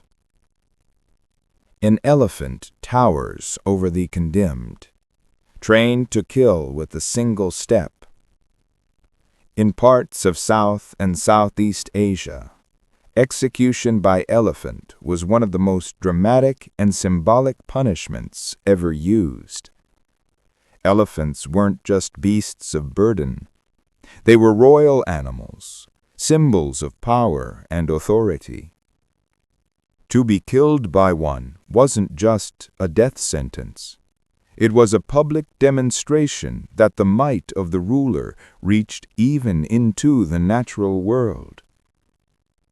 The execution itself was both simple and terrifying. The condemned person was brought into an open square or palace courtyard where the elephant waited. These elephants were specially trained for the task, able to kill instantly with a single stump, or to draw out the process if commanded. In some cases, the elephant would crush the victim's head or chest immediately, ending things quickly. In others, it might start by breaking the arms or legs, prolonging the agony before delivering the final blow. The ruler or executioner sometimes gave the signal personally, turning the death into a formal judgment. This was not a punishment carried out in secret. It was public theater. Crowds gathered to watch, and the sheer presence of the massive animal, combined with the cries of the condemned, made the spectacle unforgettable. Elephant executions were recorded in India, Sri Lanka, parts of Southeast Asia, and even occasionally in the Middle East. In some traditions, the elephants were trained not just to kill, but to toss the body aside or even crush it into the earth. The act was symbolic. The ruler's justice was as heavy and unstoppable as the foot of the elephant. The psychological effect on the condemned must have been overwhelming. There was no escaping or fighting back. Only the sound of the elephant's footsteps drawing closer, the ground shaking under its weight, and the knowledge that death would come when the ruler commanded. For those who witnessed it, the punishment left a lasting impression. Elephants were respected and even sacred in many cultures. So seeing one used as an executioner reinforced the idea that the ruler had power over both man and beast. It turned the death into a warning wrapped in royal ceremony. Sometimes the punishment wasn't meant to end in death at all. In a few cases, elephants were used to carry out mutilations, crushing limbs instead of killing outright, leaving the condemned alive but permanently disabled as a sign of their crime. When the execution was over, the crowd dispersed, knowing they had seen not just a death, but an act of royal justice, a reminder that the ruler's power was absolute, and that even the greatest animal of the kingdom bent to their will. Knee splitting. Crack. The sound of a knee shattering under a wedge. Knee splitting was a punishment that targeted one of the most important parts of the human body, the knees. It wasn't meant to kill quickly. Instead, it was meant to cripple, to inflict pain so severe that the condemned would never walk the same way again. The process was brutal, but straightforward. The victim was restrained, usually sitting or lying down, so they couldn't fight back. Their leg was placed in a wooden or metal frame, designed to hold it steady. Then the executioner took a wedge, often iron, and placed it at the joint of the knee. Using a hammer or mallet, the wedge was driven in with heavy blows, crushing the joint and shattering the bones inside. The first strike would have caused excruciating pain, but it usually didn't stop there. Multiple wedges could be driven in, one after another, until the entire joint was destroyed. The goal was to leave the person permanently disabled, unable to walk or run, serving as a living warning to anyone who might defy the law. This punishment was often used in medieval Europe for traitors, rebels, or serious criminals who the authorities didn't necessarily want to kill, but wanted to make an example of. Crippling someone publicly was a way to strip them of dignity and to show that justice had literally broken them. The sound of the hammer blows, the victim's screams, and the final sickening snap of bone would have stayed with everyone who watched. It wasn't just pain. It was a permanent sentence, one that could leave the person unable to work, fight, or even stand without help for the rest of their life. For the condemned, the punishment was almost as bad psychologically as it was physically. They would have seen the wedge, known what was about to happen, and felt the pressure build before the joint gave way. Even after the punishment was over, the recovery was long and agonizing, if recovery was even possible. In many cases, infections set in, leading to a slow death. Authorities favored punishments like this because they controlled the future of the condemned.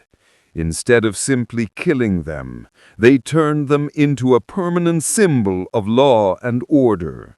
A person whose very limp reminded everyone what happened to lawbreakers. When the punishment was done, the victim was often dragged or carried away, leaving behind a crowd that had just watched bones being shattered in real time. The wedge, stained with blood, was a tool of justice and a promise of what could happen to anyone who stepped out of line. Rat torture. You feel claws on your stomach, scratching for a way out, but they're inside the cage strapped to you. Rat torture was a punishment that turned one of humanity's most hated pests into a living weapon. The concept was simple but horrifying. Use starving rats to do what fire or steel could not, forcing them to claw, bite, and burrow into a living body. The victim was usually tied down so they couldn't escape, often on a table or the ground. Then a cage filled with hungry rats was placed over part of the body, usually the stomach or chest. The cage was sealed so the rats couldn't get out anywhere except in one direction, into the victim. To make sure the rats would dig downward, heat was applied to the outside of the cage, sometimes with hot coals, sometimes with fire. Driven by panic and hunger, the rats looked for a way to escape the heat, and the only soft surface available was the flesh beneath them. They would begin to scratch and bite, tearing through clothing, skin, and eventually muscle, as they tried to burrow their way to safety. This punishment has been recorded in various parts of the world, including medieval Europe, South America, and Asia. It wasn't always meant to be fatal, though death often followed from blood loss, shock, or infection. In some cases, it was used as a form of interrogation rather than execution. The pain and terror were usually enough to make a person confess. The psychological torture was almost worse than the physical pain. Being pinned down and hearing the rats squeal and scratch, feeling their teeth pierce the skin, knowing there was no escape, it was enough to break even the strongest person. Some victims reportedly confessed before the rats even started digging, simply from the fear of what was about to happen.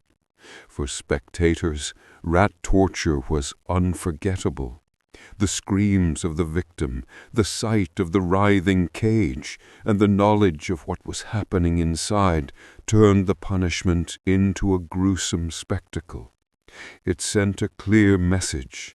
The authorities could turn nature itself against you if you disobeyed.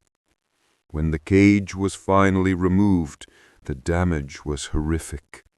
Gaping wounds where the rats had clawed and chewed, sometimes exposing internal organs. If the victim survived, they were left with terrible scars and trauma that would never fade.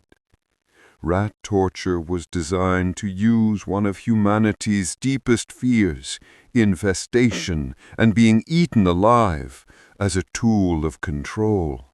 It wasn't just a death sentence. It was a slow descent into terror, delivered one scratch and bite at a time. Spanish donkey. You're forced to straddle a wooden beam so sharp it cuts like a blade. The Spanish donkey, sometimes called the wooden horse, was a torture device designed to hurt in a way that was simple but almost unbearable. At first glance, it looked like a sawhorse, a wooden beam balanced on legs. But the top of the beam was sharpened into a wedge, narrow enough that sitting on it meant all of your weight pressed down on a single edge. The condemned person was stripped naked and forced to sit astride the beam like riding a horse. This was already excruciating. The wedge dug into the flesh, cutting and bruising as the person tried to balance. But the real cruelty came next. Weights were tied to the victim's feet, pulling them downward and increasing the pressure on the wedge. The longer they were left there, the worse the damage became. The sharp edge could tear into the skin and muscle, eventually splitting the body if the torture was prolonged long enough. Victims sometimes passed out from pain, only to be revived so the punishment could continue. The Spanish donkey was used throughout Europe, especially during the late Middle Ages and the early modern period.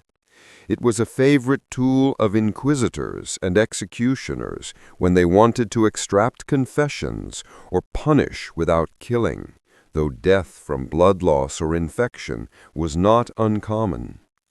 This punishment wasn't always about getting information. Sometimes it was just a public humiliation. Victims might be paraded before a crowd, forced to ride the donkey while jeering spectators watched. The nakedness, the helpless position, and the pain combined to make the punishment unforgettable. The psychological effect was as powerful as the physical pain. There was no comfortable position to find, no way to relieve the pressure. Every muscle in the body strained just to keep from pressing down harder, and every time the victim tired, the pain got worse. It was a punishment designed to turn the victim's own weight against them.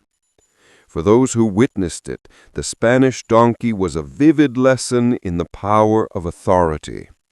People could see the agony on the victim's face, hear their screams, and know that this was what happened when you defied the law or the church. When the punishment finally ended, the victim might be permanently injured, unable to walk properly, or even sit without pain. The wooden beam could then be cleaned and made ready for the next person. A reminder that the torment was not unique, but part of an ongoing system of fear and control. The Spanish donkey took something as simple as sitting down and turned it into an instrument of agony, a punishment that cut as deeply into the mind as it did into the body. Judas's Cradle. They lowered you slowly, making sure the pain came before the mercy of death. The Judas Cradle was one of the most infamous torture devices of the late Middle Ages and Renaissance, designed not just to hurt, but to humiliate. It consisted of a wooden frame with a tall, pointed pyramid in the center, the cradle. The shape wasn't sharp enough to pierce cleanly, but narrow enough to inflict excruciating pain.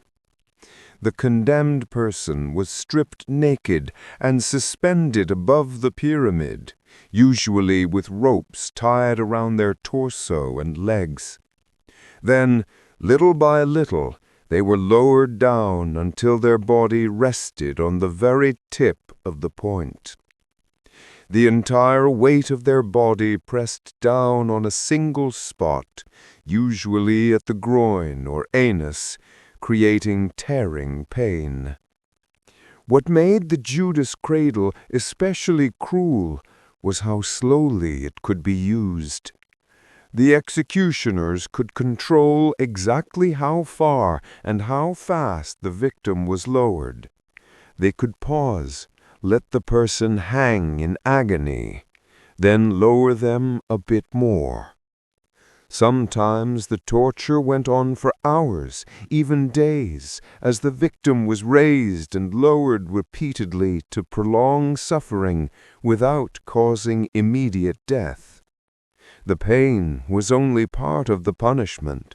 Being naked in front of an audience, forced into such a degrading position, added humiliation to the agony. Spectators could see the victim's suffering up close, the shaking, the sweating, the desperate attempts to keep from sinking lower onto the point. The Judas Cradle was often used by inquisitors to extract confessions.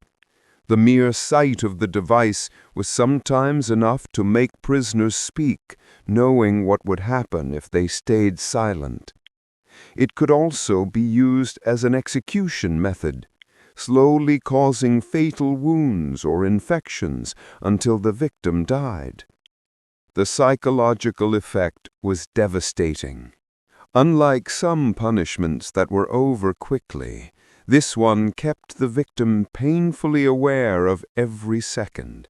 They had to use every bit of strength to try to stay lifted above the point, but exhaustion always won, and the body sank lower, causing fresh waves of pain. For the authorities, this device was a perfect tool. It left few marks at first, so victims could be tortured repeatedly without showing immediate signs of death or dismemberment. It was efficient, terrifying, and effective at breaking a prisoner's will. When the torture was finally over, the victim might be dead from shock or infection, or left permanently injured. The pyramid-shaped seat, wiped clean, waited for the next person, a silent reminder that anyone could face it if they crossed the wrong people. The Judas Cradle turned gravity itself into a weapon, forcing the condemned to fight their own body until they could fight no longer. Iron Maiden. You step into a coffin, and the coffin bites back. The Iron Maiden is one of the most famous torture devices in history, though historians now debate how often it was actually used. Whether it was a real tool of death or mostly a product of legend, its image is terrifying enough to stand on its own. It was shaped like a human-sized sarcophagus, usually made of iron, with a hinged front that could open and shut. The inside was lined with spikes, not long enough to kill instantly, but sharp enough to pierce the skin deeply when the door closed. The condemned person would be forced to step inside and stand upright. Then, slowly, the door was swung shut.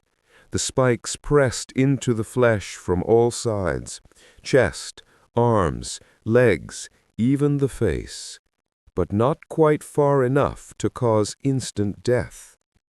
Instead, they inflicted a dozen deep wounds all at once. If the device was used as described in legends, the victim might be left standing there for hours, bleeding slowly, unable to move. Some accounts say that the spikes were carefully placed to miss vital organs, prolonging the agony.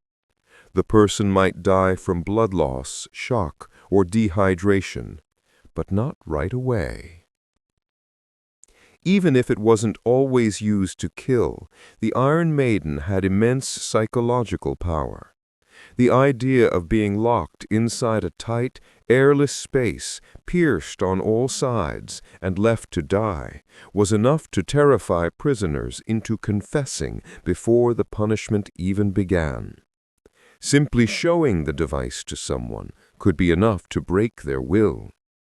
The Iron Maiden is most famously associated with medieval Germany, particularly the city of Nuremberg. Later writers claimed it was used there on criminals, blasphemers, and traitors, turning their execution into a grisly spectacle. Whether those accounts were exaggerated or not, the image of the spiked coffin became one of the enduring symbols of medieval cruelty. The psychological effect would have been devastating even if the person wasn't killed. Being shut into a space so small, feeling the spikes dig into the skin with every breath, hearing the heavy door lock shut, it would have been enough to drive someone mad. For spectators, the Iron Maiden was as much a symbol as it was a punishment. It stood there like a warning, a reminder that anyone could be put inside if they angered the wrong people. Whether fact or legend, the Iron Maiden remains one of history's most chilling ideas, a coffin that doesn't just bury you, but turns your last moments into a slow, spiked nightmare. The Pair of Anguish. The executioner twists a screw, and the device blooms open inside your mouth. The Pair of Anguish was one of the most disturbing torture devices ever invented, not just because of the pain it caused, but because of where it was used. It was a pear-shaped metal object made of 4 metal leaves hinged together, with a screw mechanism at the top. When the screw was turned, the pair opened slowly, relentlessly, forcing the metal leaves apart.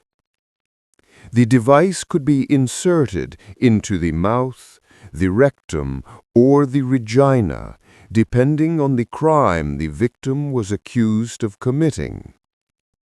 Once inside, the executioner would begin turning the screw, and the pair would expand, stretching the orifice wider and wider until it caused tearing, bleeding, and unimaginable pain. When used in the mouth, it could shatter teeth and jaws, leaving the victim unable to speak. When used elsewhere, it could cause internal injuries so severe that death from blood loss or infection was common. Sometimes the expansion was done slowly, drawing out the agony for as long as possible, then closed again so the process could be repeated. The Pair of Anguish was reportedly used on a variety of offenders, blasphemers, liars, adulterers, or women accused of witchcraft. It could be used as an interrogation tool, forcing confessions through pain, or as a form of execution if the victim was left to die from their wounds. The psychological horror was as intense as the physical. The victim had to sit helplessly while the screw turned, feeling the device open inside them, knowing there was no way to stop it. There was no quick escape, no single fatal blow, just the slow, mechanical widening until the body could take no more.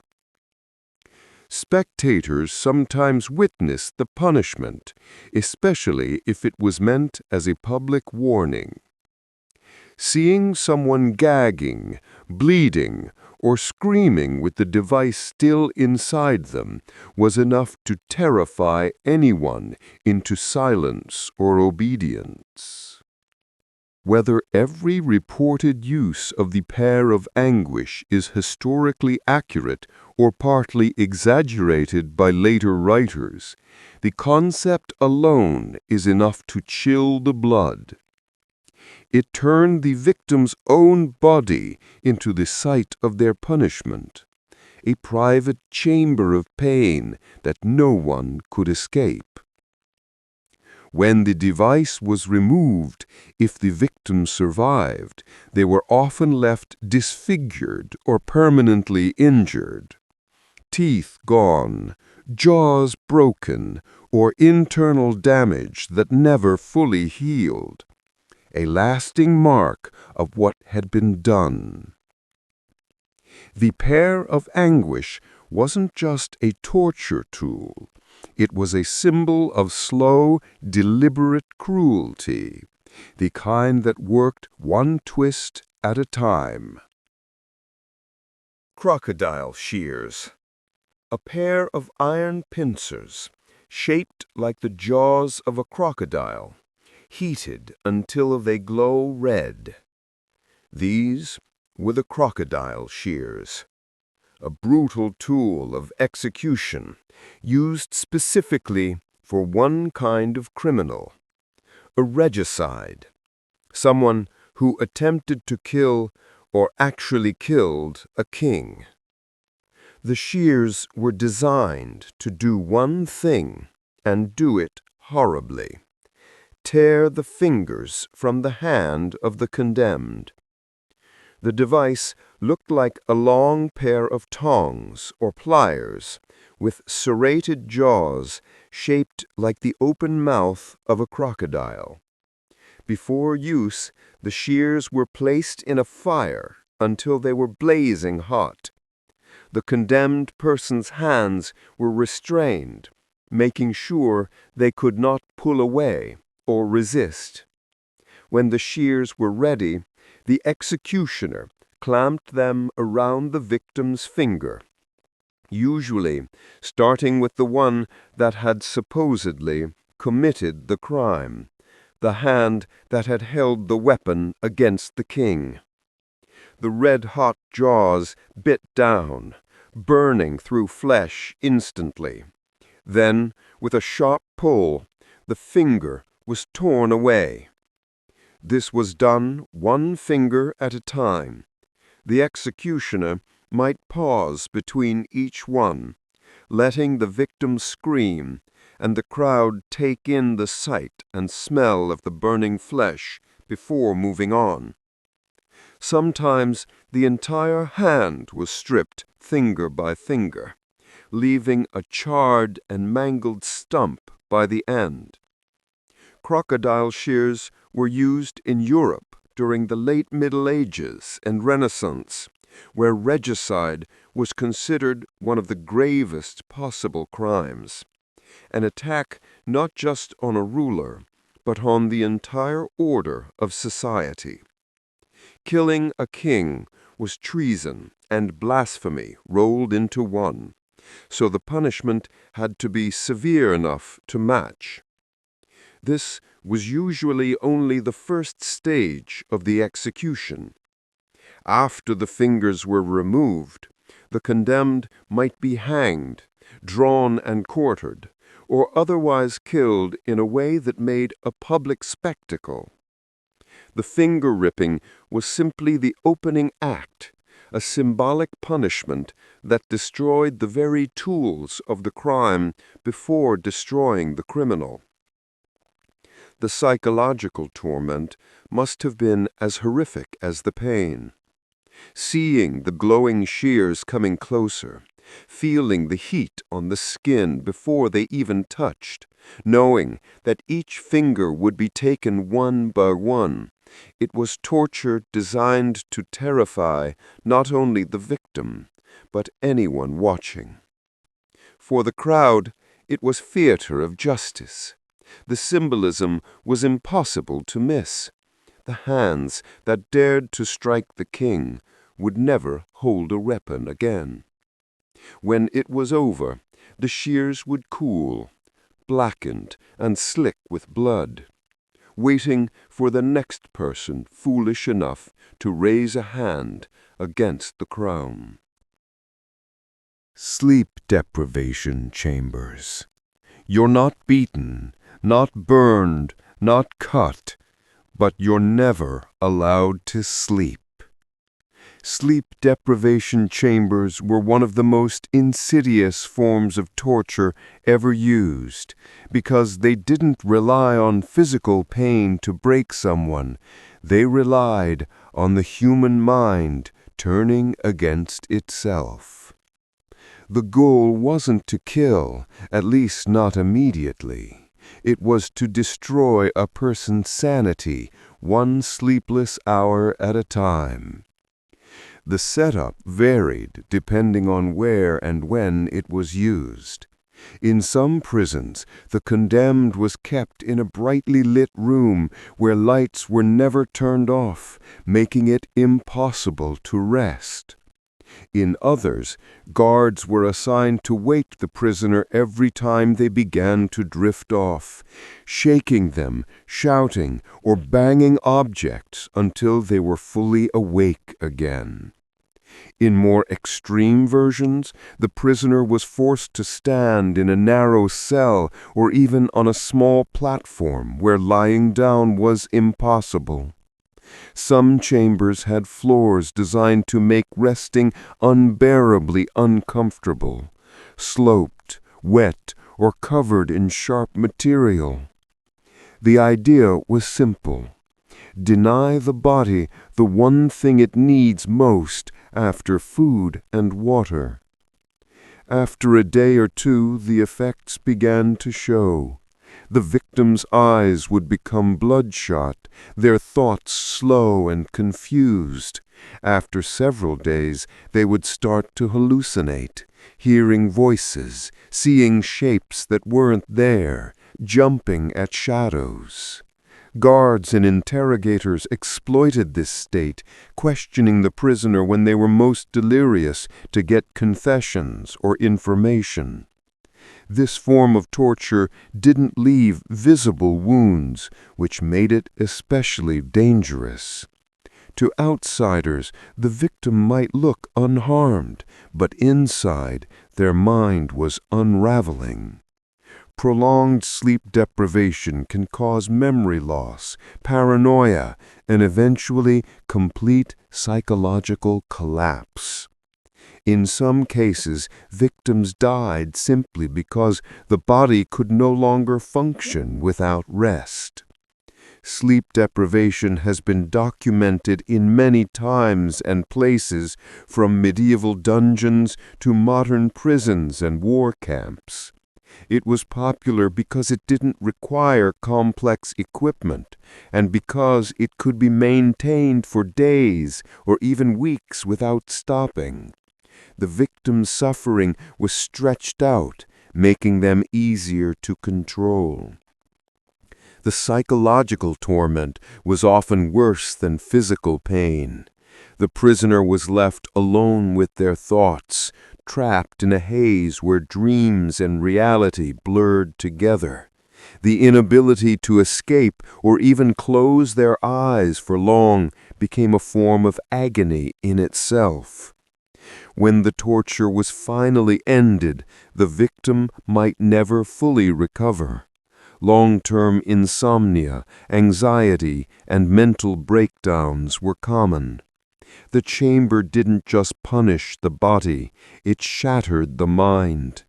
Sleep deprivation chambers proved that sometimes the cruelest punishments didn't need knives, fire, or blood. They just needed time. Water torture. Drip, drip, drip.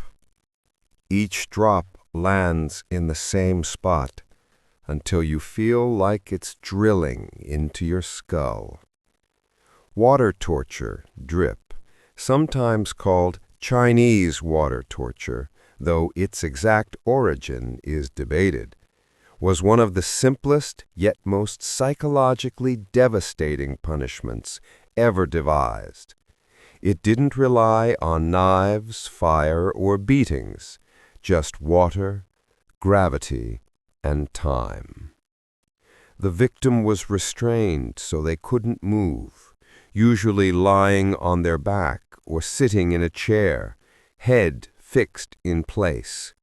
Above them, a container of water was positioned to let out a single drop at regular intervals, landing on the exact same spot of the forehead, again and again. At first, the drops were just an annoyance, cold splashes that startled the skin. But as minutes turned into hours and hours into days, the sensation became unbearable. Each drop hit with the same rhythm, the same impact, until the victim felt as if the skin was being worn away.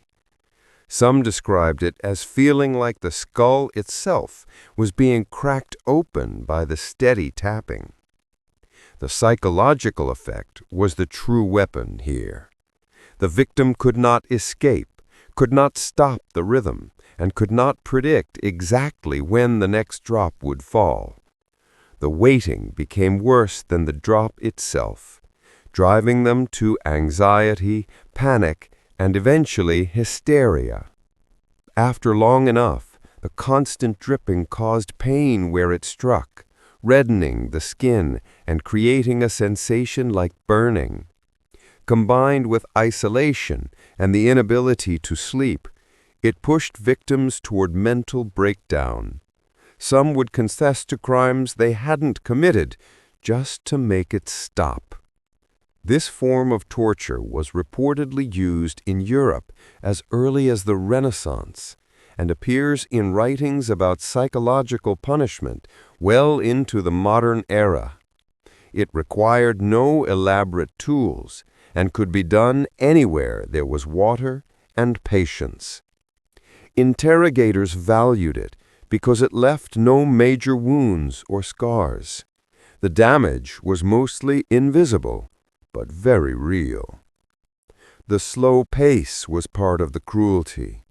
A single drop of water is harmless, but thousands, falling in perfect rhythm on the same spot, turned the mind into its own worst enemy. Victims sometimes hallucinated, believing the water was cutting through the skull or that they were drowning, even though it was only a trickle. For those who watched, the punishment must have seemed almost gentle compared to public executions. No blood, no screaming, but the silent torment was often worse, because it stripped away sanity layer by layer until nothing was left. When the dripping finally stopped, the victim might be left shaking, sleepless, and broken, their mind as battered as their body. Water torture, drip, proved that the most powerful punishments don't always use brute force.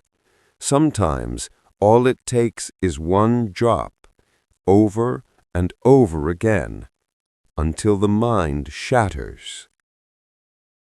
Hanging cages. A skeleton sways gently in the wind, still locked inside the cage where it died. Hanging cages were one of the most chilling punishments of the medieval and early modern world, designed to turn the condemned person into a public warning long before and long after they were dead. The punishment was simple, but it combined pain, humiliation, and spectacle in a way no one could forget. The cages themselves were usually made of iron or wood, roughly shaped to fit a human body. Some were just big enough to stand or sit in. Others were narrow and forced the person into a contorted position. Once the condemned was locked inside, the cage was hung from a post, a tree, or a city gate, high enough for everyone to see. There was no food, no water, no shelter. The condemned was left to the mercy of the weather, the burning sun by day, the cold at night, rain soaking them, wind chilling them to the bone. Days turned into torture as hunger and thirst slowly destroyed the body. Birds sometimes pecked at the helpless prisoner, and insects crawled freely over their skin.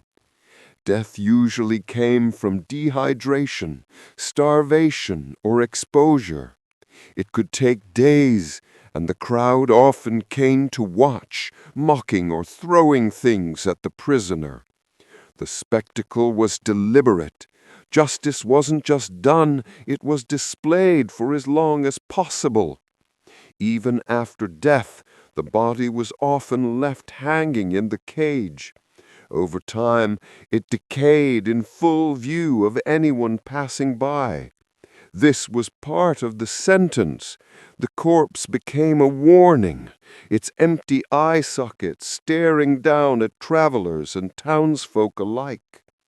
In some cases, the remains were left until nothing but bones were left rattling in the wind.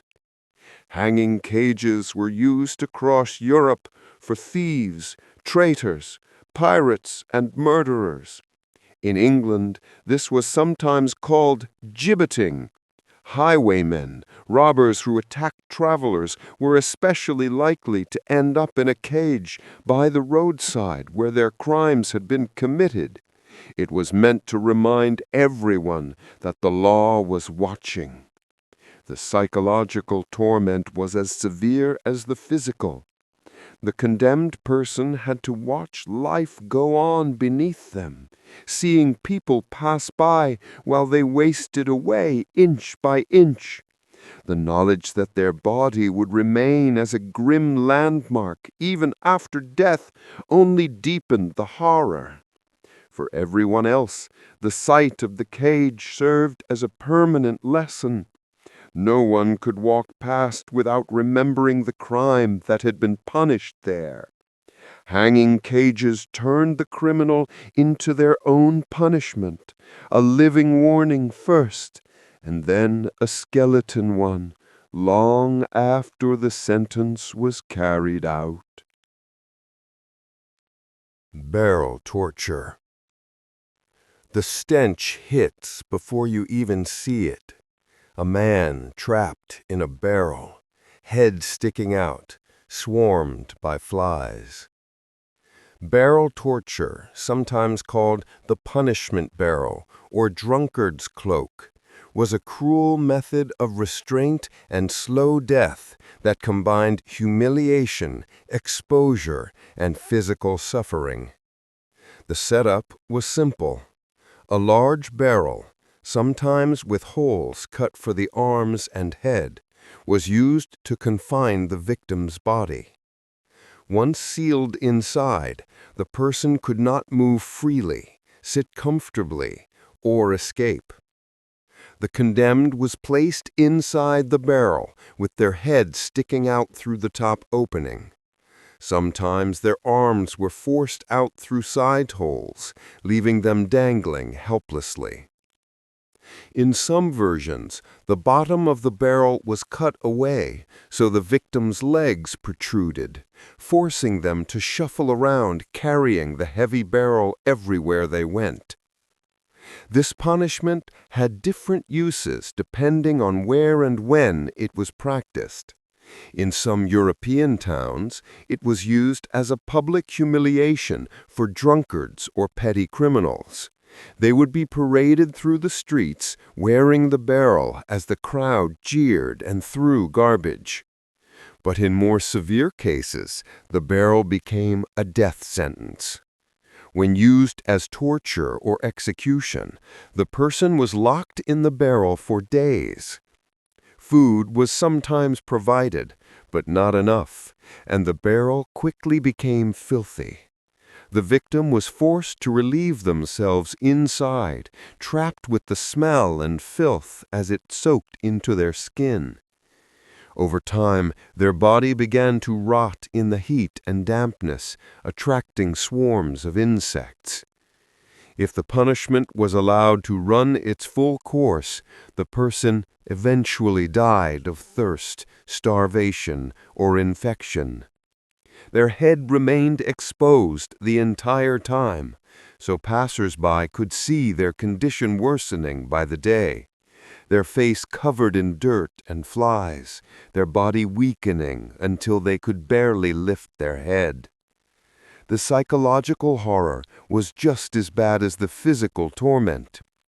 Being trapped in a small space, unable to escape, and knowing the world could watch you suffer, would have driven many victims to despair long before death came.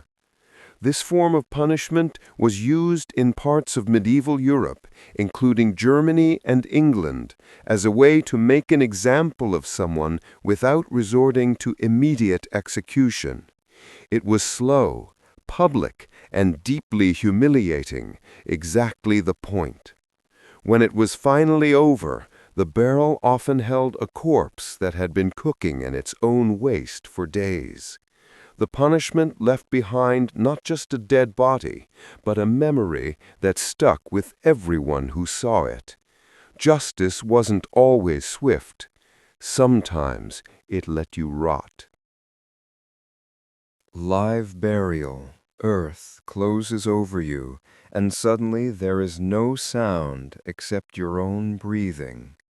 Live burial, also called premature internment, was one of the most terrifying punishments in history, because it turned the grave itself into the instrument of death.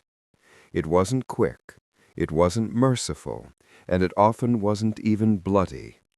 Instead, it trapped the condemned in darkness and silence, letting fear, suffocation, and time do the rest. The process was straightforward. The condemned person was often placed in a coffin, sometimes nailed shut, sometimes left open, and lowered into a grave. Dirt was shoveled on top until the person was completely buried. In some accounts, no coffin was used. The victim was simply thrown into a pit and covered until there was no way out. This form of punishment was sometimes used for disgraced nobles, monks, or nuns who had broken vows. Instead of a public beheading or hanging, which could bring shame or scandal to a family or religious order, live burial allowed for a quieter, more symbolic death, literally erasing the condemned from the world. In other cases, it was used as a punishment for heresy, witchcraft, or treason. Being buried alive was seen as the ultimate form of excommunication, cutting the victim off from both the living and the dead, denying them a proper and honorable death. The experience must have been pure terror.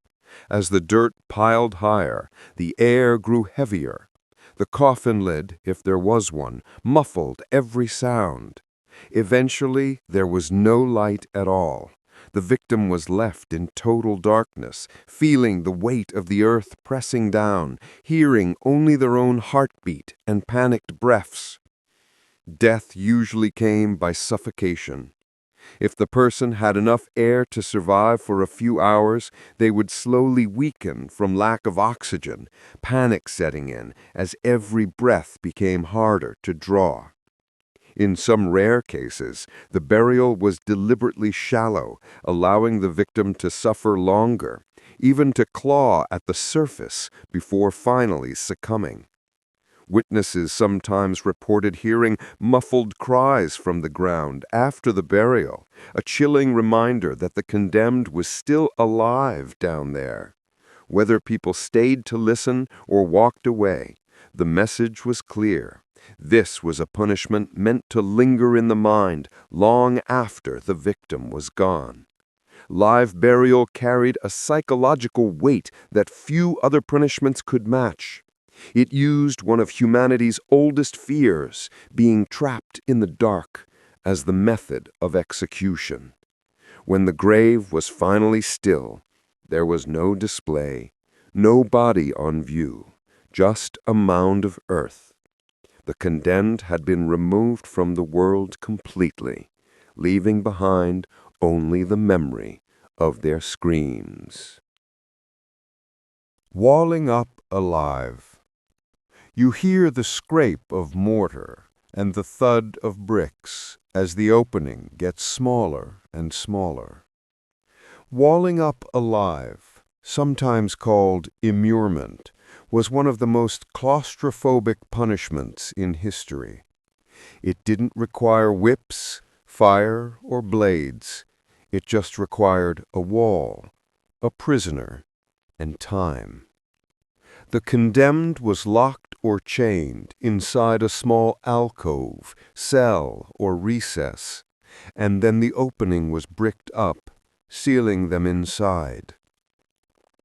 This punishment was often carried out in monasteries or religious settings for monks and nuns who had broken their vows in a way considered unforgivable, committing murder, heresy, or scandal. It was seen as a form of penance as much as a punishment. The sinner was walled away from the world, given a little space to kneel or sit, and left to meet death in prayer and solitude.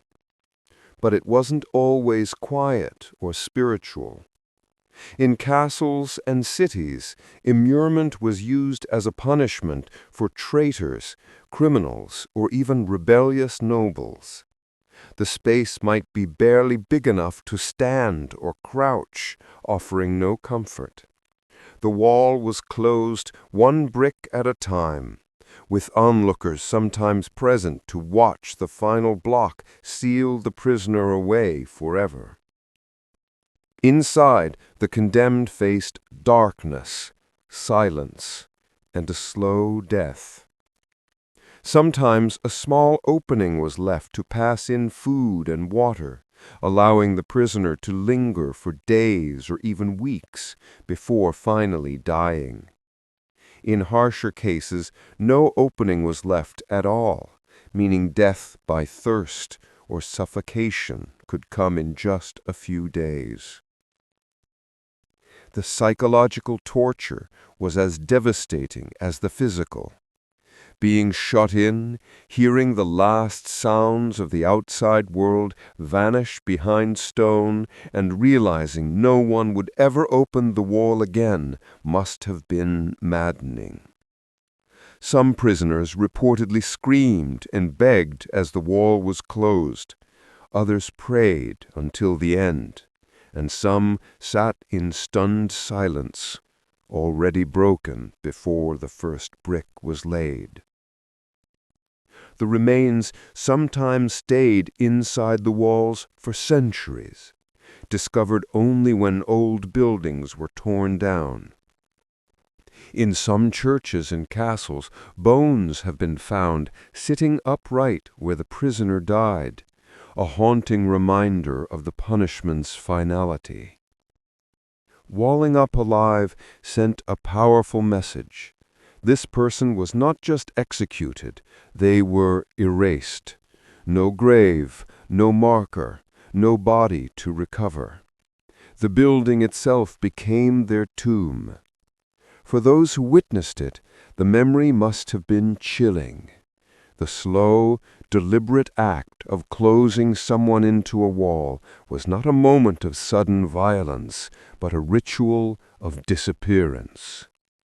When the final brick was laid and the mortar dried, the condemned ceased to exist, except as a warning to everyone who passed by the silent wall, knowing someone was still inside, waiting to die.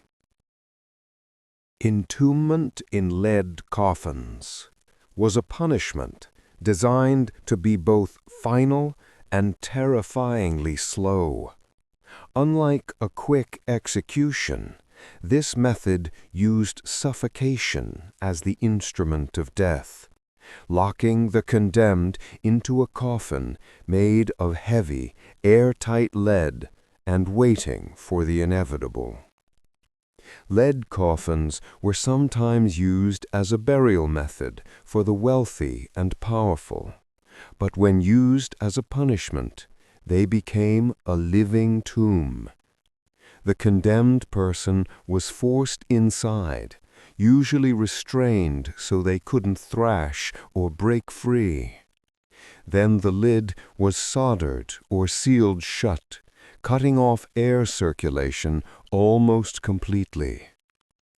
At first, the victim might only feel the heat. Lead traps warmth, and inside the coffin the air quickly grew hot and stifling. Breathing became harder with each passing minute. The space was pitch dark and silent, except for the sound of the prisoner's own breathing, which grew faster as panic set in. Suffocation didn't kill instantly. The person inside would gasp and claw at the lid, desperate for air, as oxygen slowly ran out. Some victims might last for an hour or more before unconsciousness took them, the air growing stale and heavy until finally there was no breath left to draw. This method of execution was reportedly used in parts of Europe for traitors, spies, or those who needed to be killed in secret, away from public spectacle. The sealed coffin made sure there would be no escape, no last-minute rescue, and no chance to speak or shout for help. The psychological torment was arguably the worst part. Being locked into a metal coffin with no light, no sound, and no air was enough to break a person before death even came. They were left to face their own thoughts, their heartbeat pounding in their ears, knowing there was no one to hear them. For those who ordered the punishment, entombment in lead was a way to eliminate a person completely. There was no display, no crowd to watch, just silence as the coffin was sealed and removed, taking its occupant out of the world as though they had never existed. Even after death, the coffin itself became a chilling object. Lead coffins are nearly indestructible, meaning the body inside stayed preserved for a long time, a grim time capsule of someone's final moments. Entombment in lead coffins was a punishment that blended execution and burial into a single act. It didn't just kill, it buried you alive, slowly, in darkness and silence, until the air itself betrayed you. Pit burial. You stand buried up to your neck, the earth packed tight around your body, unable to move as night falls. Pit burial was a punishment that combined execution with humiliation, turning the condemned person into a living target for nature and for people. It wasn't as quick as hanging or as dramatic as burning. Instead, it was slow, public, and designed to leave the victim completely helpless until death arrived. The process began by digging a hole just wide and deep enough for the condemned to stand inside. Once they were forced into the pit, dirt was packed tightly around them, sometimes up to the shoulders, sometimes leaving only the head exposed. The ground became a prison cell, locking the person in place with no hope of escape. From that moment, the victim was at the mercy of the world. They couldn't sit, couldn't defend themselves, couldn't even swat away flies.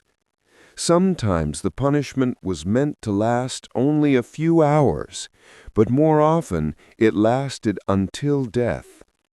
The person was left out in the open sun or in freezing weather, enduring thirst, hunger, and exhaustion as their bodies slowly failed. The most horrifying part was what came after dark.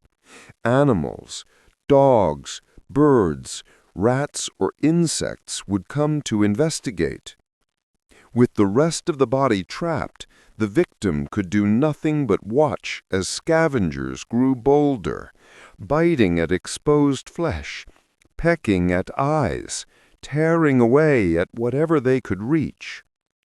Pit burial was used in many cultures, often for adulterers, murderers, or those accused of witchcraft or blasphemy. In some cases, a crowd gathered to throw stones or mock the condemned, turning the slow death into a form of public entertainment. It was not just about punishment. It was about turning the victim into a warning, leaving them on display until they died, and sometimes even after. The psychological torment was intense. Being trapped upright, unable to move as the hours passed, knowing that death was coming, but not knowing when, must have been unbearable. The condemned could see the world continuing around them, while they were slowly swallowed by the earth, literally and figuratively. Even after death, the pit itself was a grim marker. Travelers could see where someone had died, and sometimes the head of the corpse was left exposed as a warning until it decayed or was removed. The place became a silent reminder of the crime and the punishment that followed. Pit burial wasn't just an execution. It was a way to erase dignity, to make a person suffer while still in full view of others, and to let nature finish what the executioners had started. Smothering with ashes. A cloud of gray dust rises around you, filling your nose, your mouth, your lungs, until you can't breathe at all. Smothering with ashes was a cruel and surprisingly simple form of execution, turning something as ordinary as ashes into a weapon. Unlike fire or steel, it didn't spill blood or burn the body. It simply cut off air, leaving the condemned to die gasping. The most common method involved placing the victim into a pit, barrel, or enclosed space. Then ashes from burned wood, coal, or even lime were shoveled in until they surrounded the person completely. The fine powder filled every gap, clinging to the skin, getting into the eyes and mouth. With every breath, the victim inhaled more of it, choking and coughing as their lungs filled with dust. Sometimes the ashes were poured slowly, forcing the victim to endure the gradual rise, knowing what was coming. Other times, they were dumped quickly, burying the person up to the head or completely covering them. Guards might tamp the ashes down with shovels to pack them tightly, ensuring that no air pockets remained. Death usually came by suffocation. Ash is so fine and dry that it absorbs moisture from the throat and lungs, making it harder to breathe. The victim would cough violently, their bodies straining for air, until finally they collapsed. The death was not instant, but also not as prolonged as starvation. It was a few minutes of choking terror that ended in stillness. This method was reportedly used in parts of ancient India and Asia as a punishment for treason or blasphemy. Some accounts describe the condemned being placed in an enclosed room or tower and ashes being poured in through the ceiling until the entire space was filled. It was an execution that could be carried out without bloodshed and without leaving the body visibly mutilated. The psychological aspect was a major part of the punishment. Being buried alive was terrifying enough, but being buried in something so soft and suffocating added a strange intimacy to the death. There was no noise except coughing and gasping, no struggle except the desperate attempt to breathe. Spectators sometimes gathered to watch the process. The silence of the victim's final moments, broken only by the sound of ashes being shoveled, created a grim, ritualistic atmosphere. When the coughing stopped, the ashes lay still, a quiet grave right where the execution had taken place.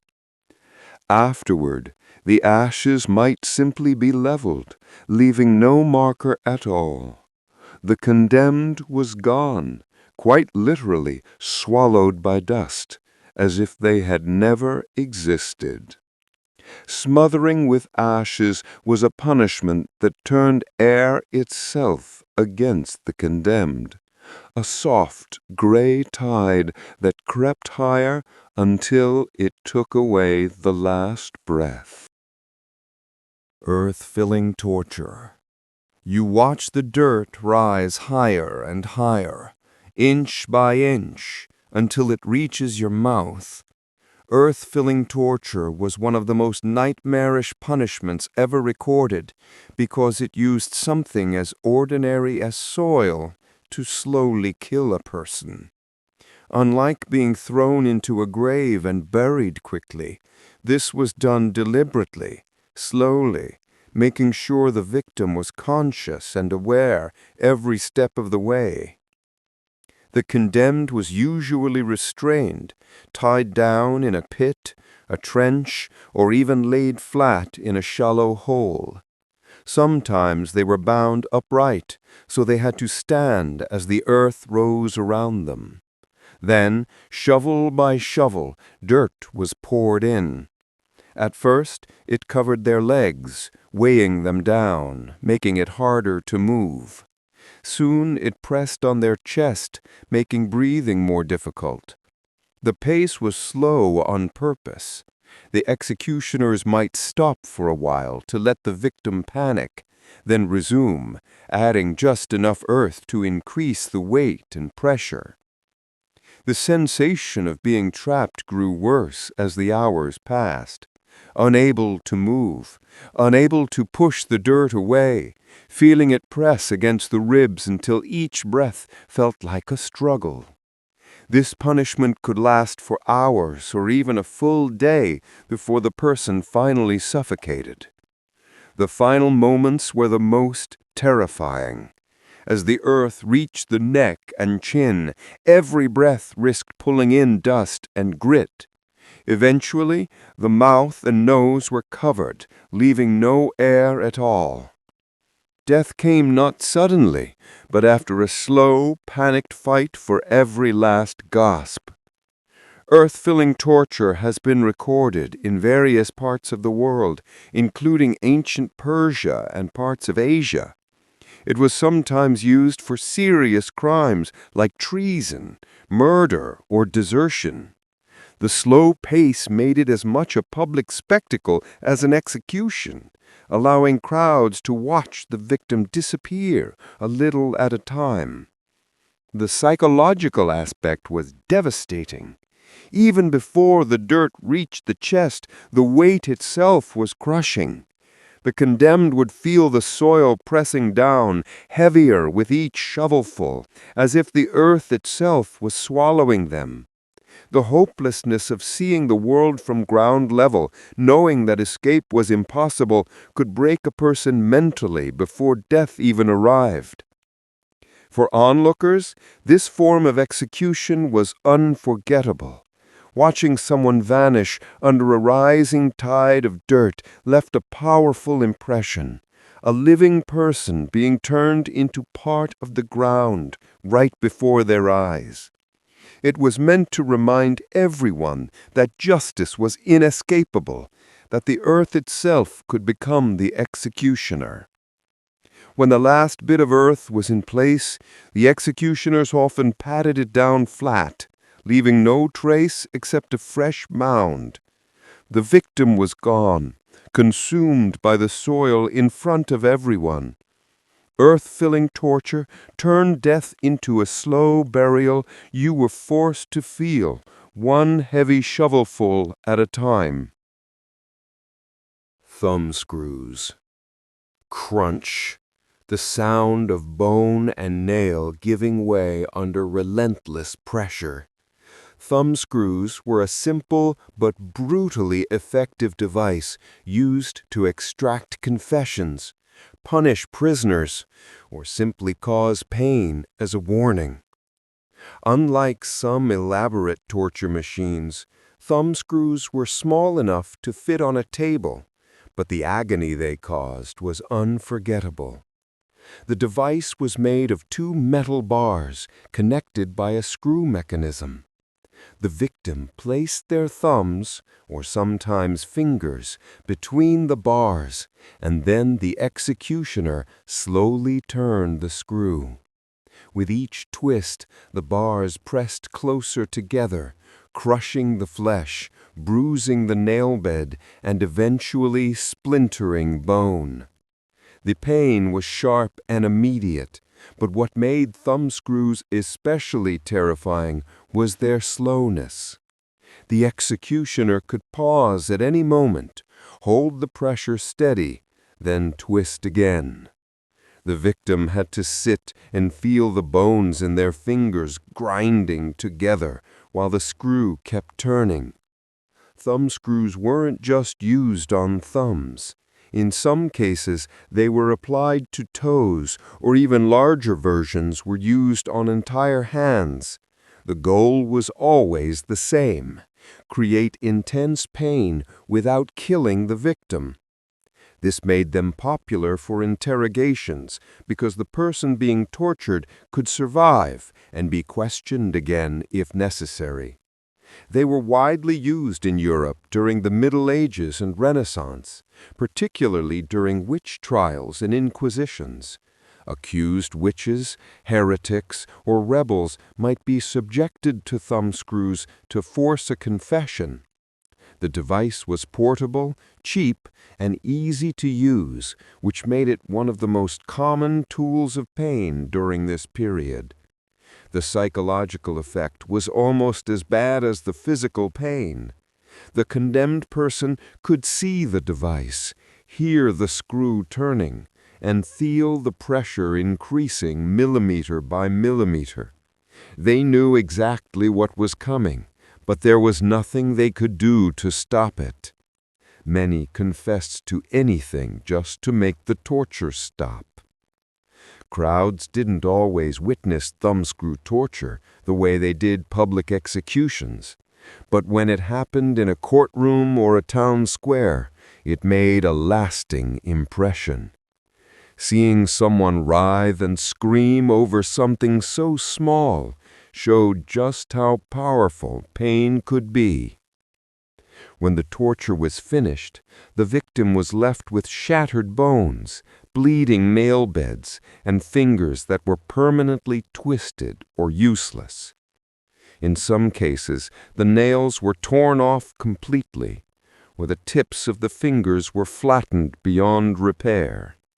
Thumbscrews were proof that you didn't need a huge device or a dramatic setup to break someone's will.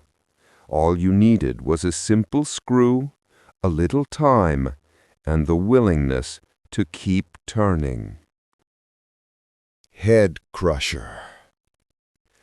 Creak! The sound of the screw turning as the metal plate presses against your skull.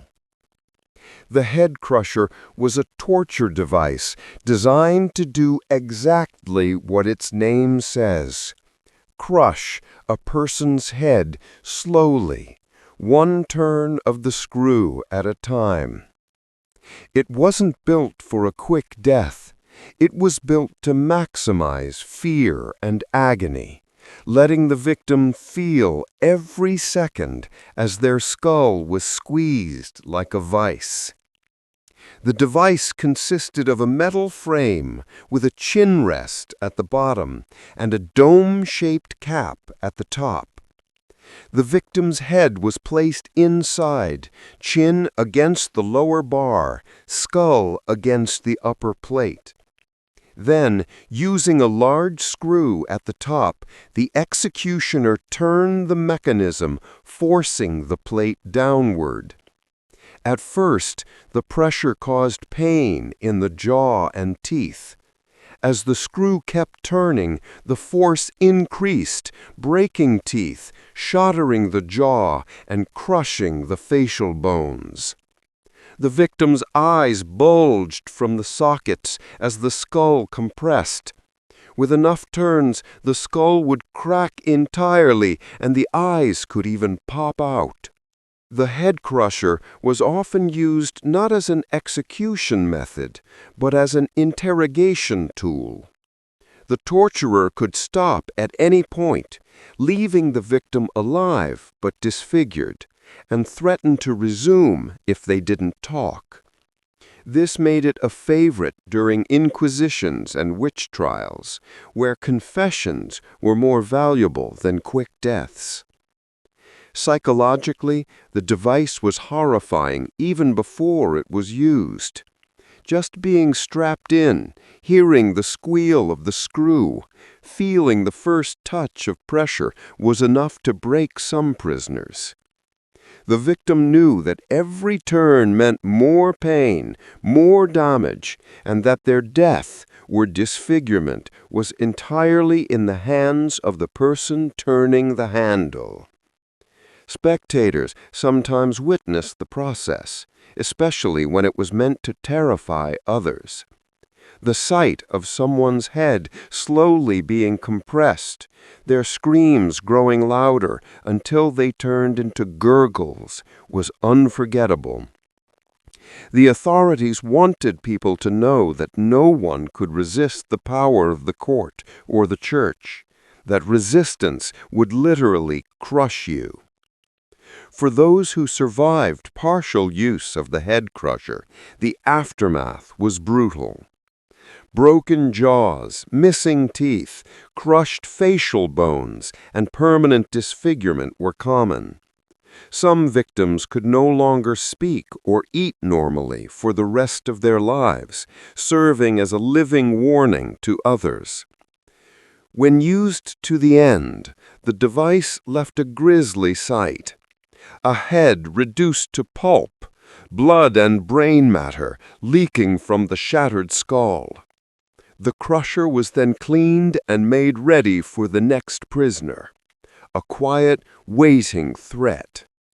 The head crusher was proof that some punishments didn't just kill, they erased dignity first, turn by turn. The rack bed. You lie on a wooden frame, wrists and ankles tied to ropes, waiting for the first pull. The rack bed was one of the most recognizable torture devices in history, a variation of the infamous rack that turned a simple wooden frame into an instrument of slow, tearing pain. It was built to stretch the human body beyond its natural limits, one careful turn at a time. The construction was deceptively simple. A bed-like frame, flat and sturdy, with rollers at either end. The victim was laid on their back, arms tied to the top roller, legs tied to the bottom one. Once they were secured, the executioner would begin turning the rollers using a crank or wheel. At first, the ropes merely tightened, pulling the body taut. But as the turning continued, the shoulders and hips began to strain, tendons stretched to the point of snapping. With each crank, the body was lengthened further, until joints popped out of their sockets. Victims screamed as their arms and legs dislocated, leaving them dangling on pulled muscles and ligaments. The torture could last for hours, with the executioner stopping and starting to prolong the suffering. Some victims were stretched so far that their bodies were permanently deformed, their spines twisted, or their limbs left several inches longer than before.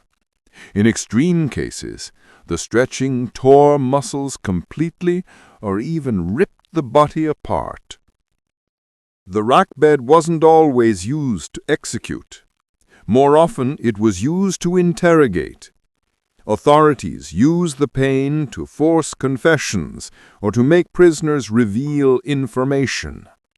Sometimes the victim was stretched just enough to cause agony, but not permanent injury, then released so they could be questioned again. The psychological torment was immense. Lying there, staring at the ceiling, hearing the creak of the rollers and feeling the pull tighten with each turn must have been unbearable. The victim knew that the executioner could keep going until every joint popped and every tendon snapped, or until they talked. The device was common across Europe during the Middle Ages and Renaissance, especially in England, where it became a feared tool of the monarchy. Prisoners accused of treason, rebellion, or plots against the crown often ended up on the rack bed before their trial. Even after the torture was over, many victims were crippled for life. Dislocated shoulders and hips often never healed properly, leaving them hunched or limping. The rack bed turned them into living warnings of the crown's power. For those who witnessed the torture, the sight of a human body being pulled longer and longer was unforgettable. The rack bed wasn't about quick punishment. It was about showing how far the state could go to break someone. Clang. The iron muzzle snapped shut around your head. The Brank, also called the Scold's bridle, was a punishment designed not to kill, but to silence. It was a metal mask or cage that enclosed the head, often with a long iron strip or spike that went into the mouth.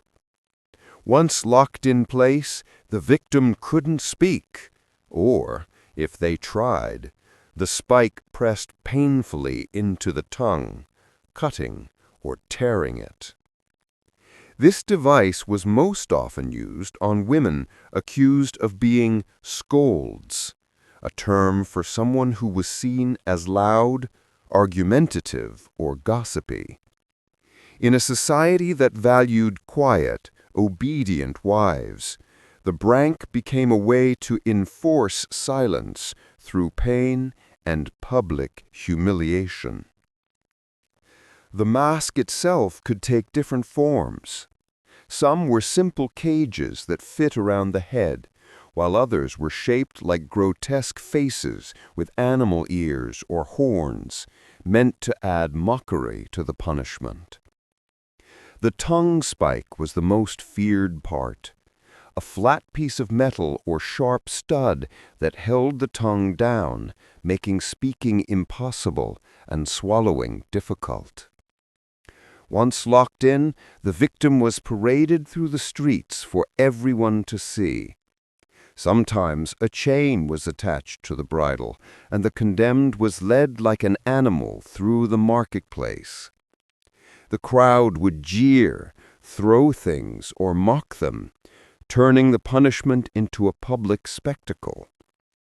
The Brank didn't usually kill, but it could cause permanent injury.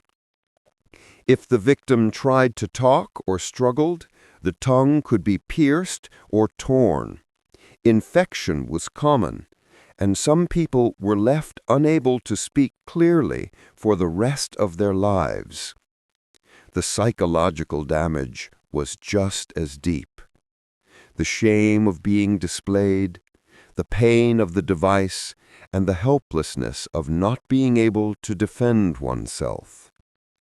This punishment was especially common in Britain and parts of Europe during the 16th and 17th centuries. It was sometimes used for women accused of witchcraft or slander, but often it was simply used against wives or widows who angered their husbands or neighbors.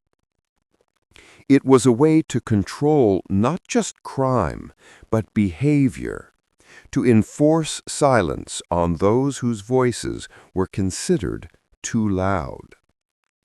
For the onlookers, the Brank was both entertainment and warning.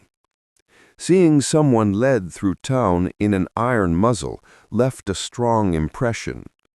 It said, "This is what happens if you speak too much, if you gossip, if you challenge authority." When the punishment ended, the mask was removed, but the humiliation lingered. The victim had been made a public example, and everyone who saw it remembered. The Brank turned silence into a prison, locking a person's words behind iron until they had learned, as the authorities put it, to hold their tongue. Iron Spider.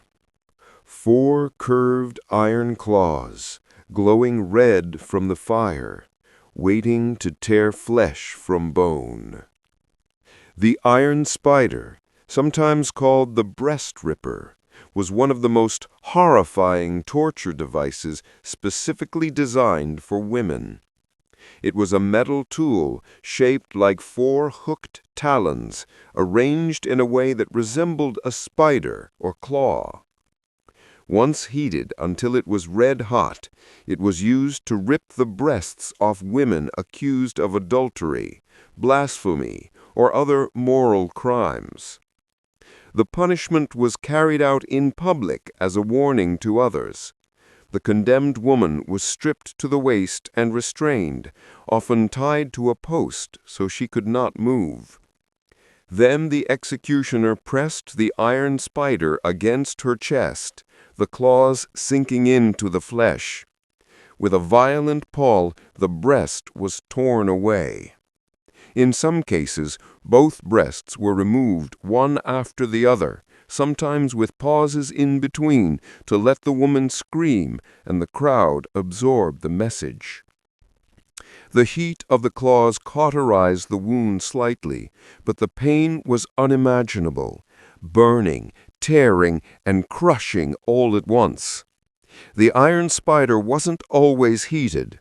In some variations, it was used cold, relying on brute force alone to rip the flesh away. This was slower and messier, often leaving the victim alive, but permanently disfigured.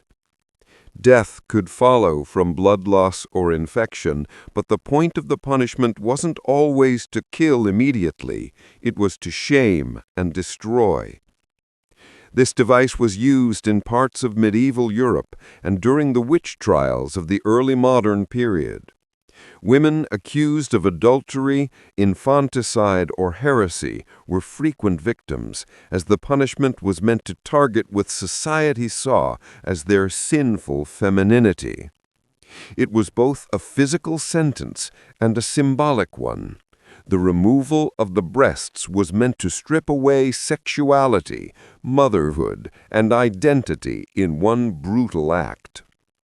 The psychological torment was just as devastating as the pain.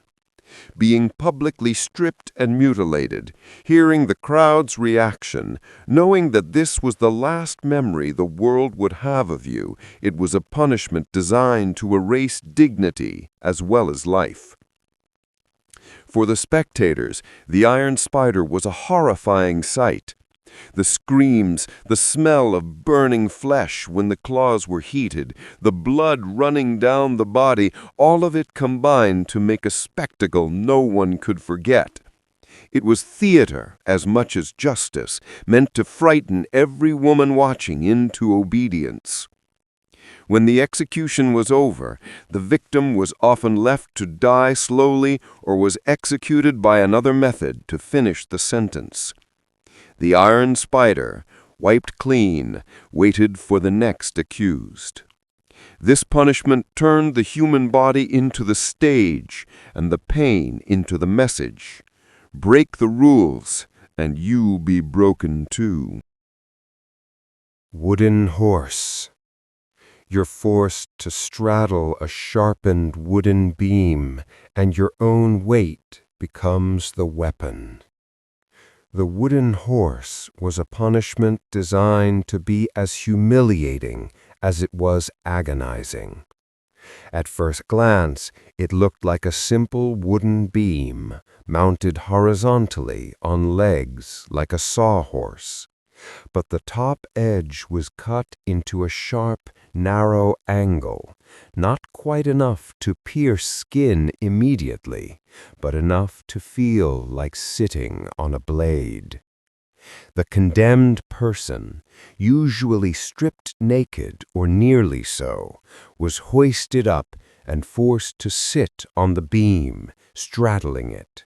Their hands were often tied behind their back, and their legs left dangling on either side. The sharp edge dug into the groin, cutting off circulation and creating searing pain. The punishment could be made worse by adding weights to the victim's feet, pulling them downward and forcing more of their body weight onto the edge. The longer they were left there, the deeper the damage became. Skin tore, muscles bruised, and sometimes the beam literally split the body. This device was not always intended to kill, though it sometimes did. Instead, it was often used as a public humiliation or as a slow torture leading up to execution. Victims could be kept on the wooden horse for hours, even days, until they fainted from pain or were permanently injured. The punishment was used in several parts of Europe, including during the Spanish Inquisition and in military camps. Soldiers might be sentenced to ride the horse for disobedience or drunkenness, forced to endure the punishment in front of their comrades as a lesson. In towns and cities, criminals or accused witches might be displayed this way in the town square, made into a living warning. The psychological impact was just as powerful as the physical pain. The condemned couldn't shift or adjust their weight without making things worse. Every second stretched into eternity as the edge pressed deeper, leaving no relief. The humiliation of being half naked in front of a crowd only added to the torment. Spectators often jeered, laughed, or threw things, treating the punishment as entertainment. That was part of its purpose, to make an example out of the victim, to show everyone else what would happen if they broke the rules. When the punishment ended, the victim might be too injured to walk, with permanent damage to the legs or groin. Some never fully recovered, carrying the pain for the rest of their lives. The wooden horse was a punishment that turned the human body against itself, using gravity and time to make suffering inevitable. It was a slow, humiliating form of torture that left its victims broken, in body, spirit, or both.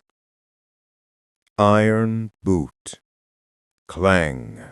The metal boot locks around your leg, and the hammering begins.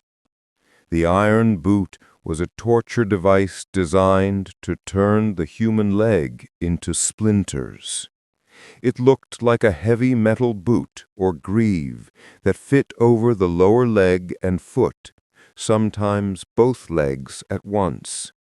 Once the victim's legs were secured inside, wedges or rods were hammered in between the leg and the boot's inner wall, slowly crushing the bones with each strike. The process was deliberate and slow.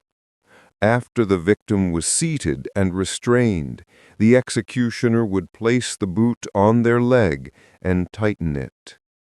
Then came the wedges, pieces of wood or metal, driven in with a mallet, one by one, forcing the flesh and bone against the unyielding metal. Each blow increased the pressure until the bones cracked. The pain must have been beyond comprehension. The victim could hear every blow, feel the boot tightening with each wedge, and know that their leg was literally being destroyed inside the metal casing. The executioner could stop at any time, leaving the leg shattered but the person alive, or keep going until the leg was nothing but pulp. The iron boot was used both as a form of punishment and as an interrogation tool. In Scotland and parts of France, it became notorious for being used on suspected traitors or conspirators. The threat of having another wedge driven in was often enough to make prisoners confess. Sometimes the torture was done in public, turning it into a grim spectacle. Onlookers would see the executioner hammering steadily, hear the screams, and eventually see blood seeping out from the bottom of the boot. The visual was horrifying, but that was exactly the point, to scare anyone who might consider committing the same crime. The psychological impact was as strong as the physical pain.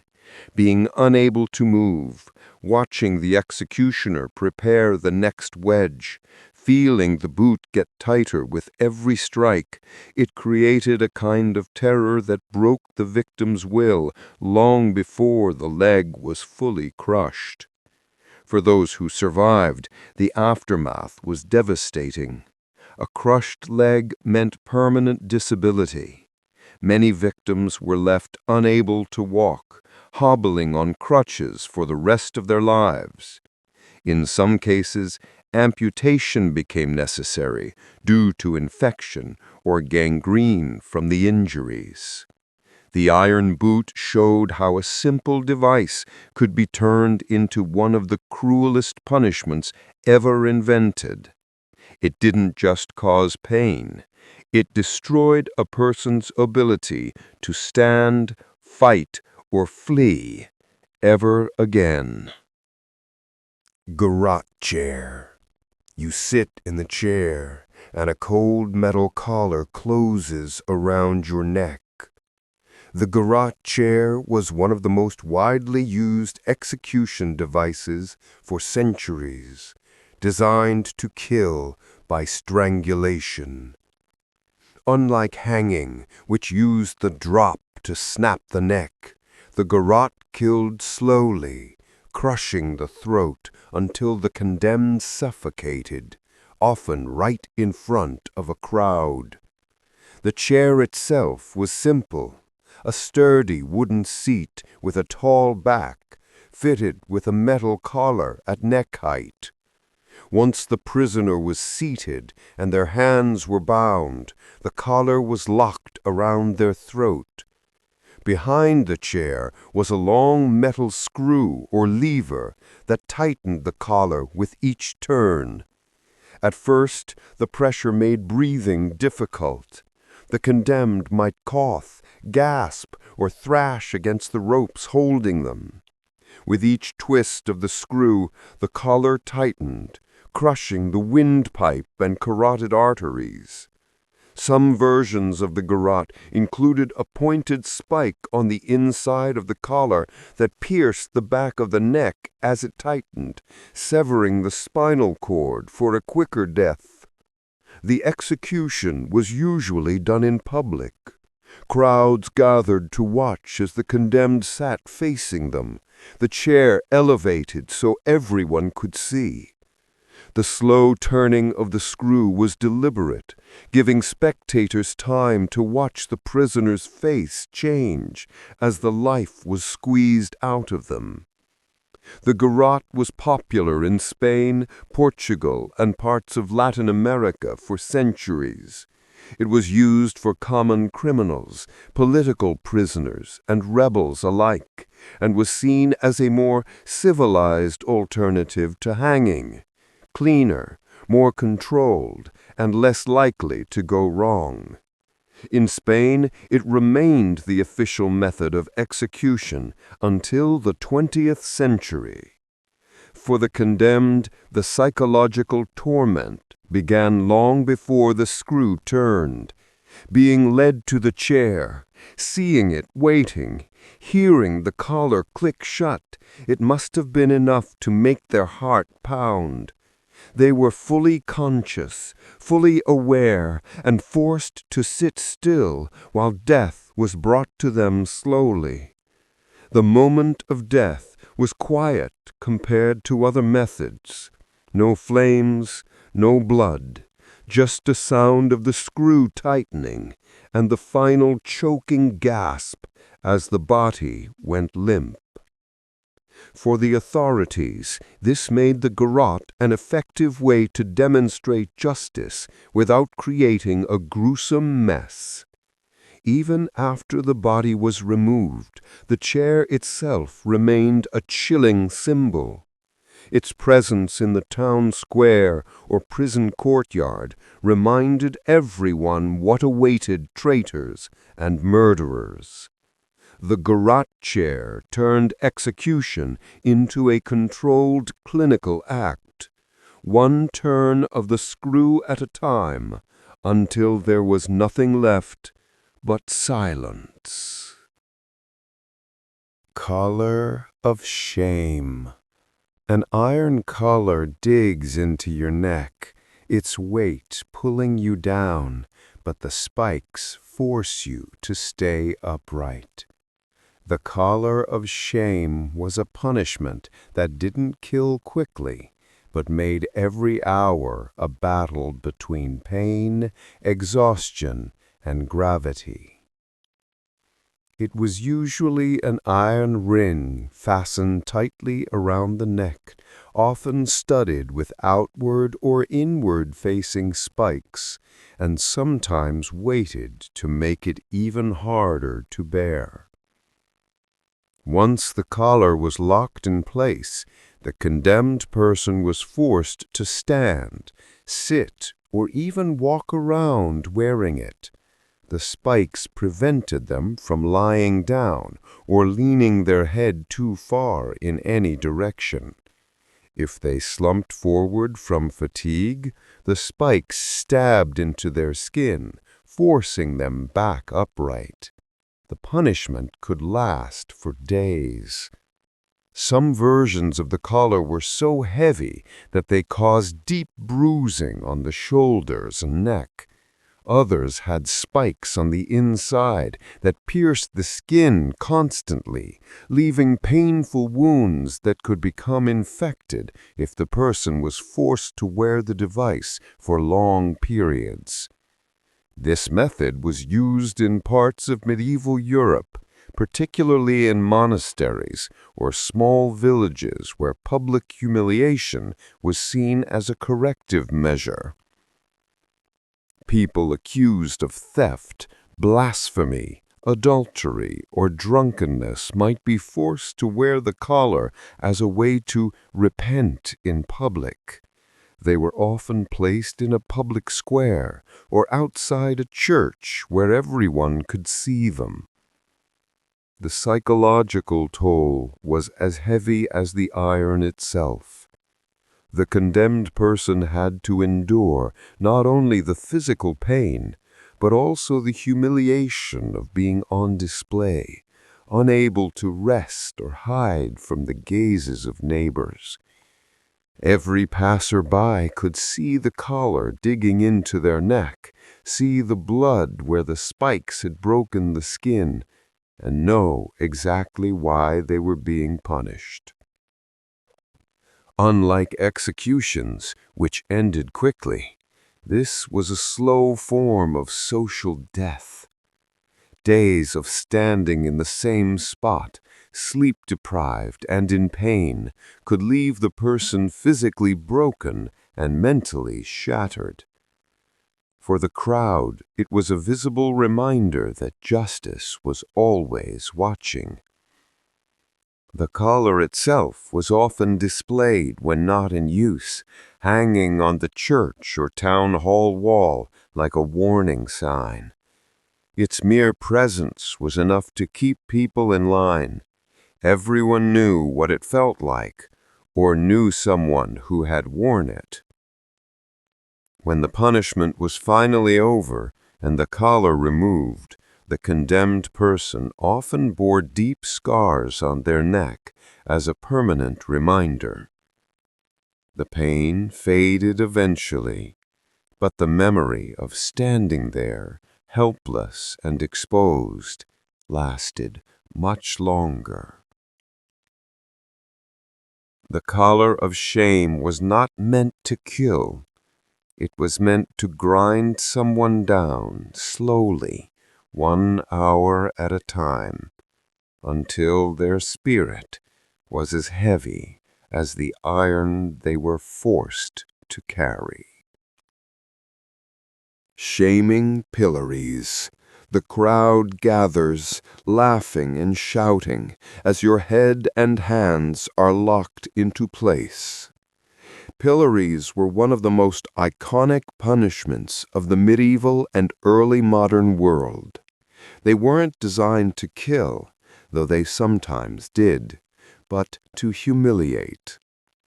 The pillory was a wooden frame with holes for the head and hands. Once the condemned was placed inside, the board was locked shut, trapping them in an awkward, bent-over position. The punishment was almost always public. The pillory was usually set up in a busy square or at the marketplace, where as many people as possible could see the offender. The entire point was exposure. Everyone had to know what crime had been committed and who had done it. Once locked in, the condemned had no way to defend themselves. Their arms were pinned, their head was stuck, and they were forced to stand there for hours, sometimes an entire day. During that time, the public was encouraged to jeer, mock, and even throw things. Rotten food, mud, animal dung, and even stones were common projectiles. In some cases, the pillory was paired with mutilation. Before the offender was locked in, their ears might be cut off, their nose slit, or their cheeks branded with hot irons. This left a permanent mark of shame long after the pillory session was over. The crimes punished this way ranged from theft and fraud to slander, perjury, and even political dissent. It was a way to punish without execution while still making sure the offender paid a price, not just physically, but socially.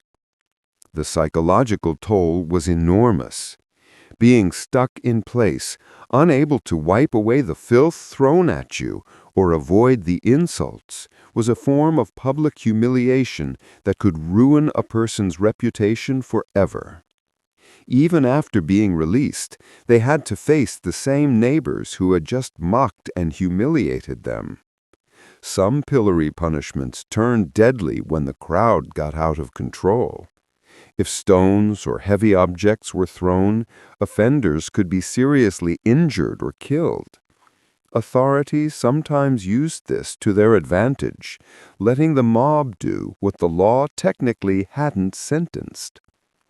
For the spectators, it was a mix of entertainment and moral lesson. The crowd could vent their anger on the offender while being reminded of the consequences of crime. It turned punishment into a kind of community ritual. When the sentence was complete, the person might walk away, bruised, bleeding, and humiliated, but they carried the stigma with them for life. Everyone had seen them in the pillory. Everyone knew their crime. The pillory wasn't just about restraining the body. It was about putting someone's shame on display, making them pay with their dignity in front of the entire town. Scold's chair. Splash! The chair tips, and icy water closes over your head as the crowd cheers. The Scold's chair, also called the cucking stool or ducking stool, was a punishment designed less to kill and more to humiliate, though death sometimes came anyway. The chair itself was usually a simple wooden seat fastened to a long beam or rope, which could be swung out over a body of water. The condemned person, often a woman accused of gossiping, nagging, or witchcraft, was tied securely to the chair so they couldn't escape. Once the crowd gathered, the chair was lowered into the river or pond, dunking the person completely underwater. After a few seconds, it was pulled back up, just long enough for the victim to catch a gasp of air, and then dunked again.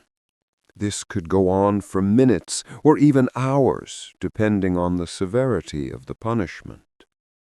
Sometimes the dunking was meant as public humiliation only, leaving the victim soaking wet and shivering, but alive. In other cases, it doubled as an informal execution. If the person was left underwater too long, they could drown. During witch trials, this method was sometimes used as a test.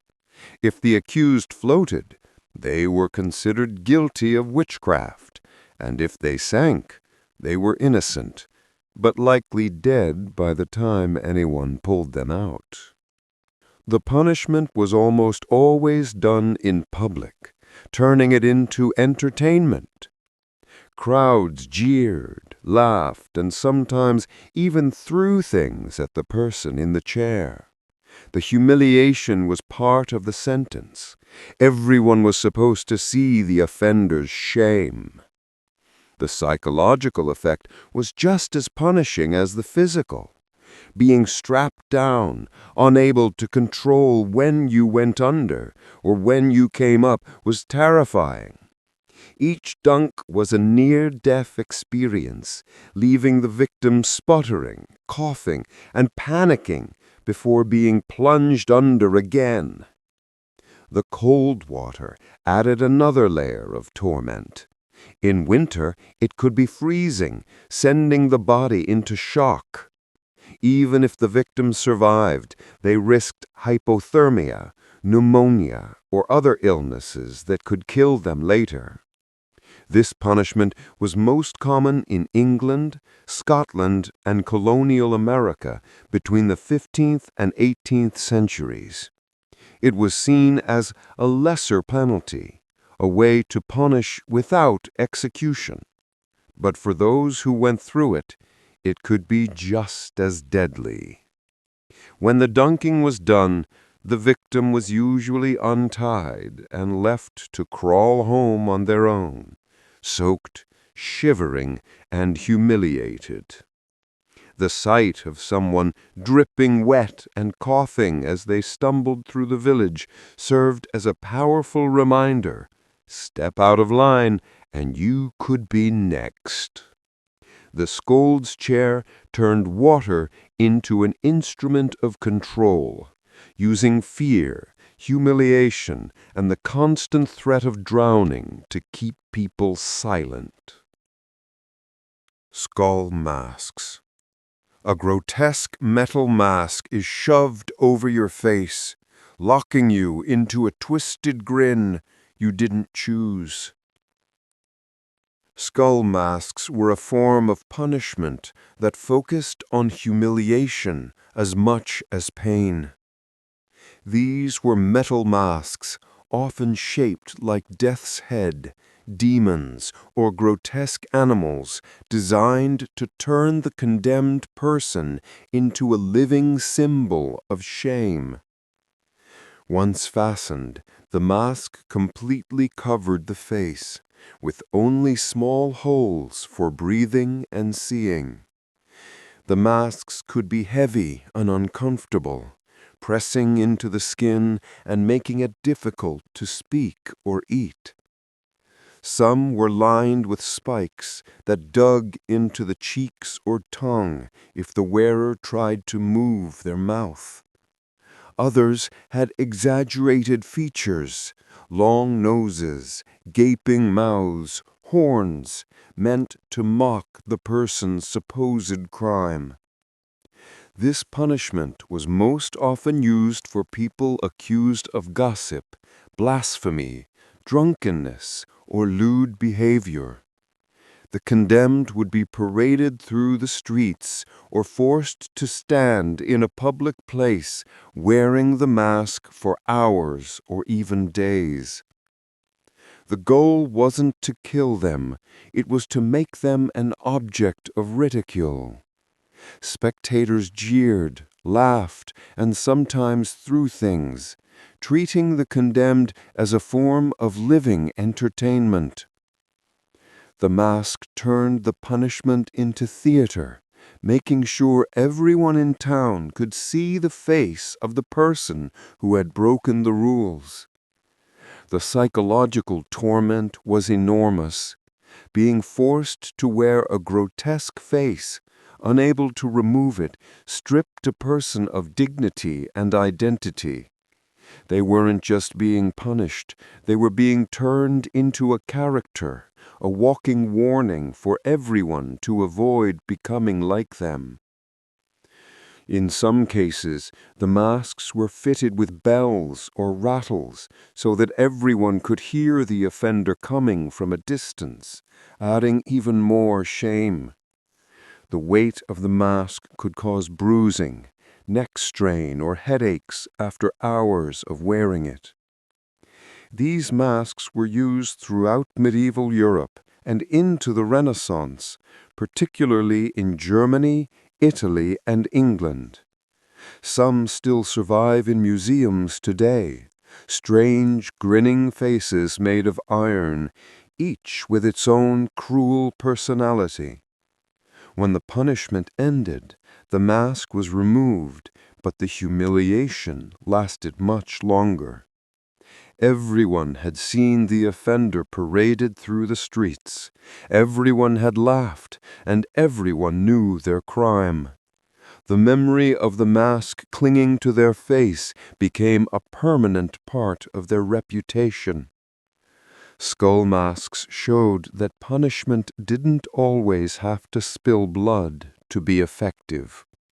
Sometimes it just needed to strip away a person's humanity and make them into a spectacle. Tattoo branding. The iron hisses as it touches your skin, leaving a mark you'll carry forever. Tattoo branding was a punishment that went beyond pain. It was about making sure the world never forgot what you had done. Unlike a regular tattoo, which is chosen, this was forced on the condemned. And unlike a scar that might fade with time, the mark was meant to be permanent, a lifelong label of shame. The process was simple but cruel. The victim was restrained, and an iron brand or needle was heated until it glowed. Depending on the time and place, the symbol might be a letter, a word, or even an emblem representing the crime. For example, thieves might be branded with a T, deserters with a D, and slaves who ran away with an R. The mark was burned or pricked into the flesh, often on the face, forehead, or hand, places where it would be impossible to hide. The pain was excruciating as the skin sizzled, and the smell of burning flesh filled the air. In some cases, the wound was rubbed with soot or ink to make the mark darker and more permanent. Tattoo branding was popular in many cultures, from ancient Rome to medieval Europe and even colonial America. It was seen as a way to identify criminals at a glance and to publicly shame them. The idea was that even after the punishment was over, the criminal carried a visible reminder of their crime for the rest of their life. The psychological impact was as severe as the physical pain. The branded person could no longer escape their past. Every time they walked into a market or tried to find work, people could see what they had done. It turned them into a permanent outcast, forcing them to live under suspicion forever. In some cases, branding was paired with other punishments.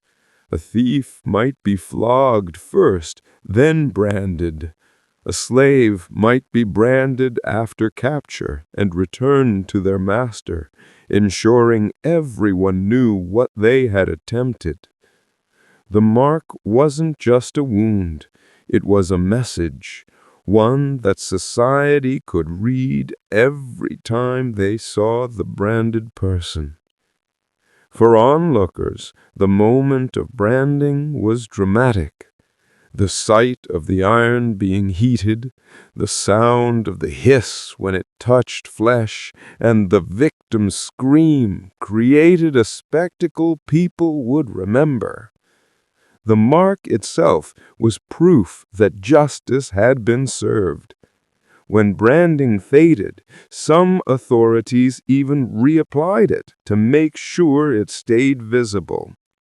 There was no escaping the label, no forgiveness, no way to wipe the slate clean. Tattoo branding turned the human body into a criminal record, one that could never be erased. Forced pilgrimages. Your feet are already bleeding, but the road ahead stretches for hundreds more miles.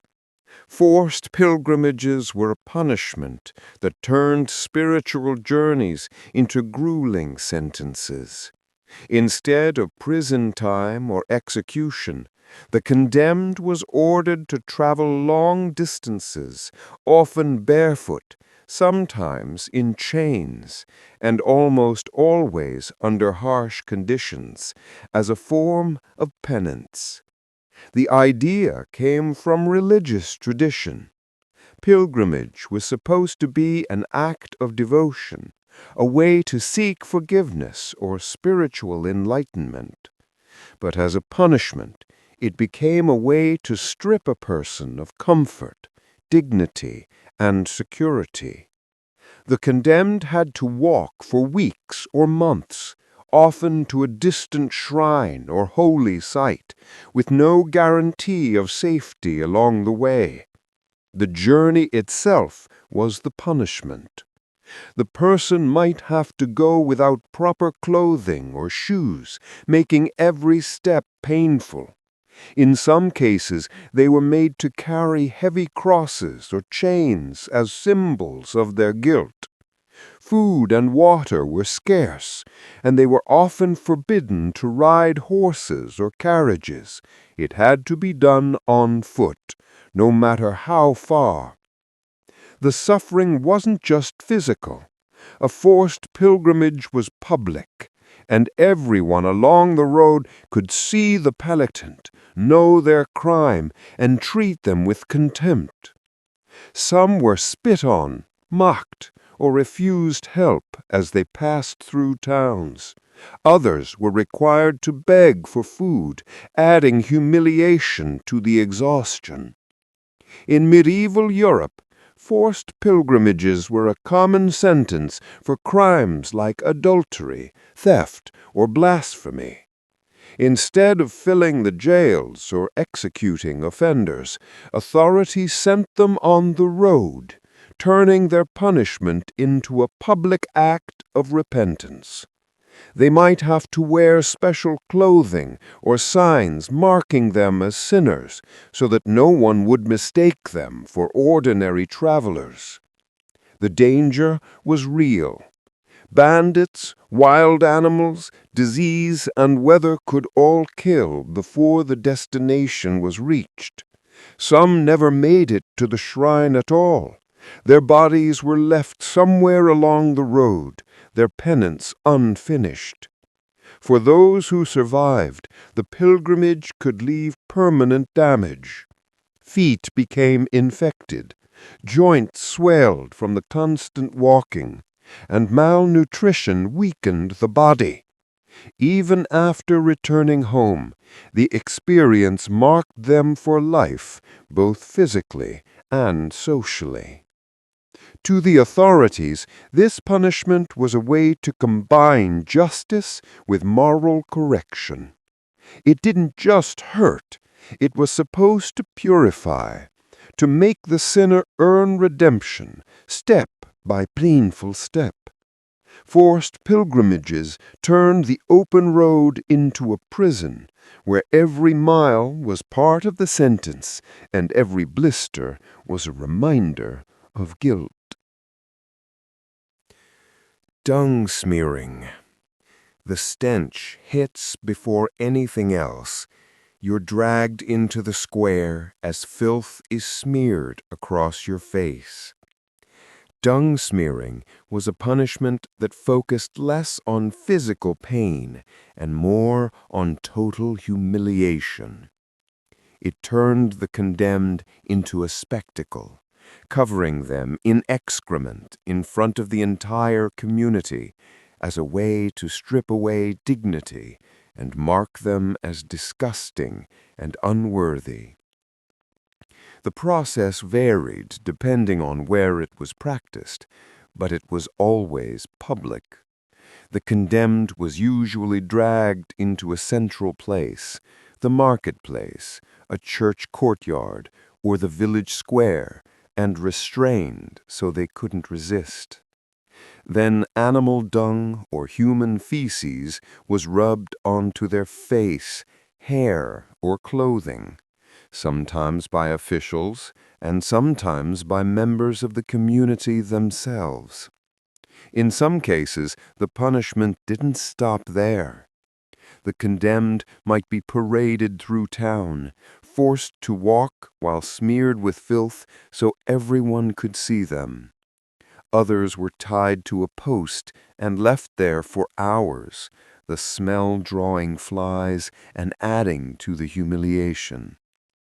This was a common punishment for petty crimes like slander, gossip, or minor theft, but it could also be used for moral offenses like adultery or public drunkenness.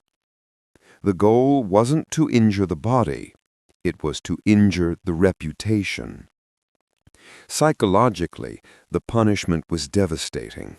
Being covered in filth in front of neighbors, friends, and strangers was a form of social death. People might laugh, mock, or spit at the condemned, turning the event into a kind of twisted festival of shaming. In some regions, dung smearing was combined with other punishments, like the pillory or stocks.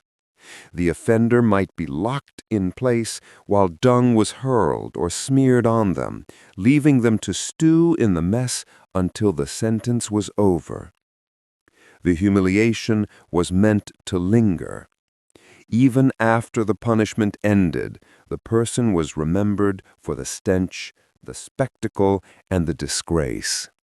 The memory was often worse than the punishment itself, making it nearly impossible to escape the reputation of being the one who had been dirtied in public. For the authorities, dung smearing was cheap and effective. It didn't require gallows or torture devices, and it didn't kill, but it left an impression on both the condemned and the community. The smell, the sight, and the laughter made sure everyone remembered the crime and its consequences. Dung Smearing showed that not every punishment had to involve blood or broken bones to be cruel. Sometimes the worst pain was the shame of being turned into a living symbol of filth. Forced dancing was a punishment that combined pain, spectacle, and humiliation in one cruel act. The condemned person, often stripped of shoes and sometimes clothing, was made to dance over a bed of burning coals, hot metal, or other painful surfaces until exhaustion or injury made it impossible to continue. The punishment started with preparation. A fire was built, and coals were spread into a wide circle or pit. The victim was brought before a crowd, sometimes with music playing or drummers beating a rhythm to mock the scene. Then they were forced onto the coals, either prodded with sticks or threatened with whips to keep them moving. The first few steps were enough to blister the feet. The skin burned and peeled, leaving raw flesh that made every step more agonizing than the last. The victim couldn't stand still. Stopping meant worse burns or being beaten until they moved again. So they kept dancing, hopping from foot to foot, trying desperately to find some relief on the blazing surface. This punishment was sometimes used for prisoners of war, slaves, or those accused of theft or witchcraft. In some cases, it was a form of ritualized execution. The victim would be forced to dance until they collapsed, after which they might be beaten or killed. Other times, the goal was simply humiliation, to make the condemned look foolish, stumbling and screaming while the crowd laughed. The psychological torment was as sharp as the physical pain. Being forced to perform, to turn your own suffering into a public show, stripped the condemned of dignity as much as it did flesh. The sound of the crowd, laughing, jeering, or clapping to the rhythm made the ordeal even worse. The burns were often severe enough to cripple the victim for life if they survived. Walking afterward could be nearly impossible, with deep blisters, infections, and permanent scarring on the feet. Some were left unable to stand or work ever again, which was itself a kind of lingering punishment. The spectacle was what made forced dancing so powerful as a tool of fear. Everyone who saw it could picture themselves on the coals, hopping desperately, feeling the fire bite at their souls. It was a message that pain could be turned into theater, and that justice would make you suffer not just privately, but in front of everyone you knew. Forced dancing turned the floor into fire and made the condemned their own executioner, pushing their body to keep moving until there was nothing left but screams and smoke.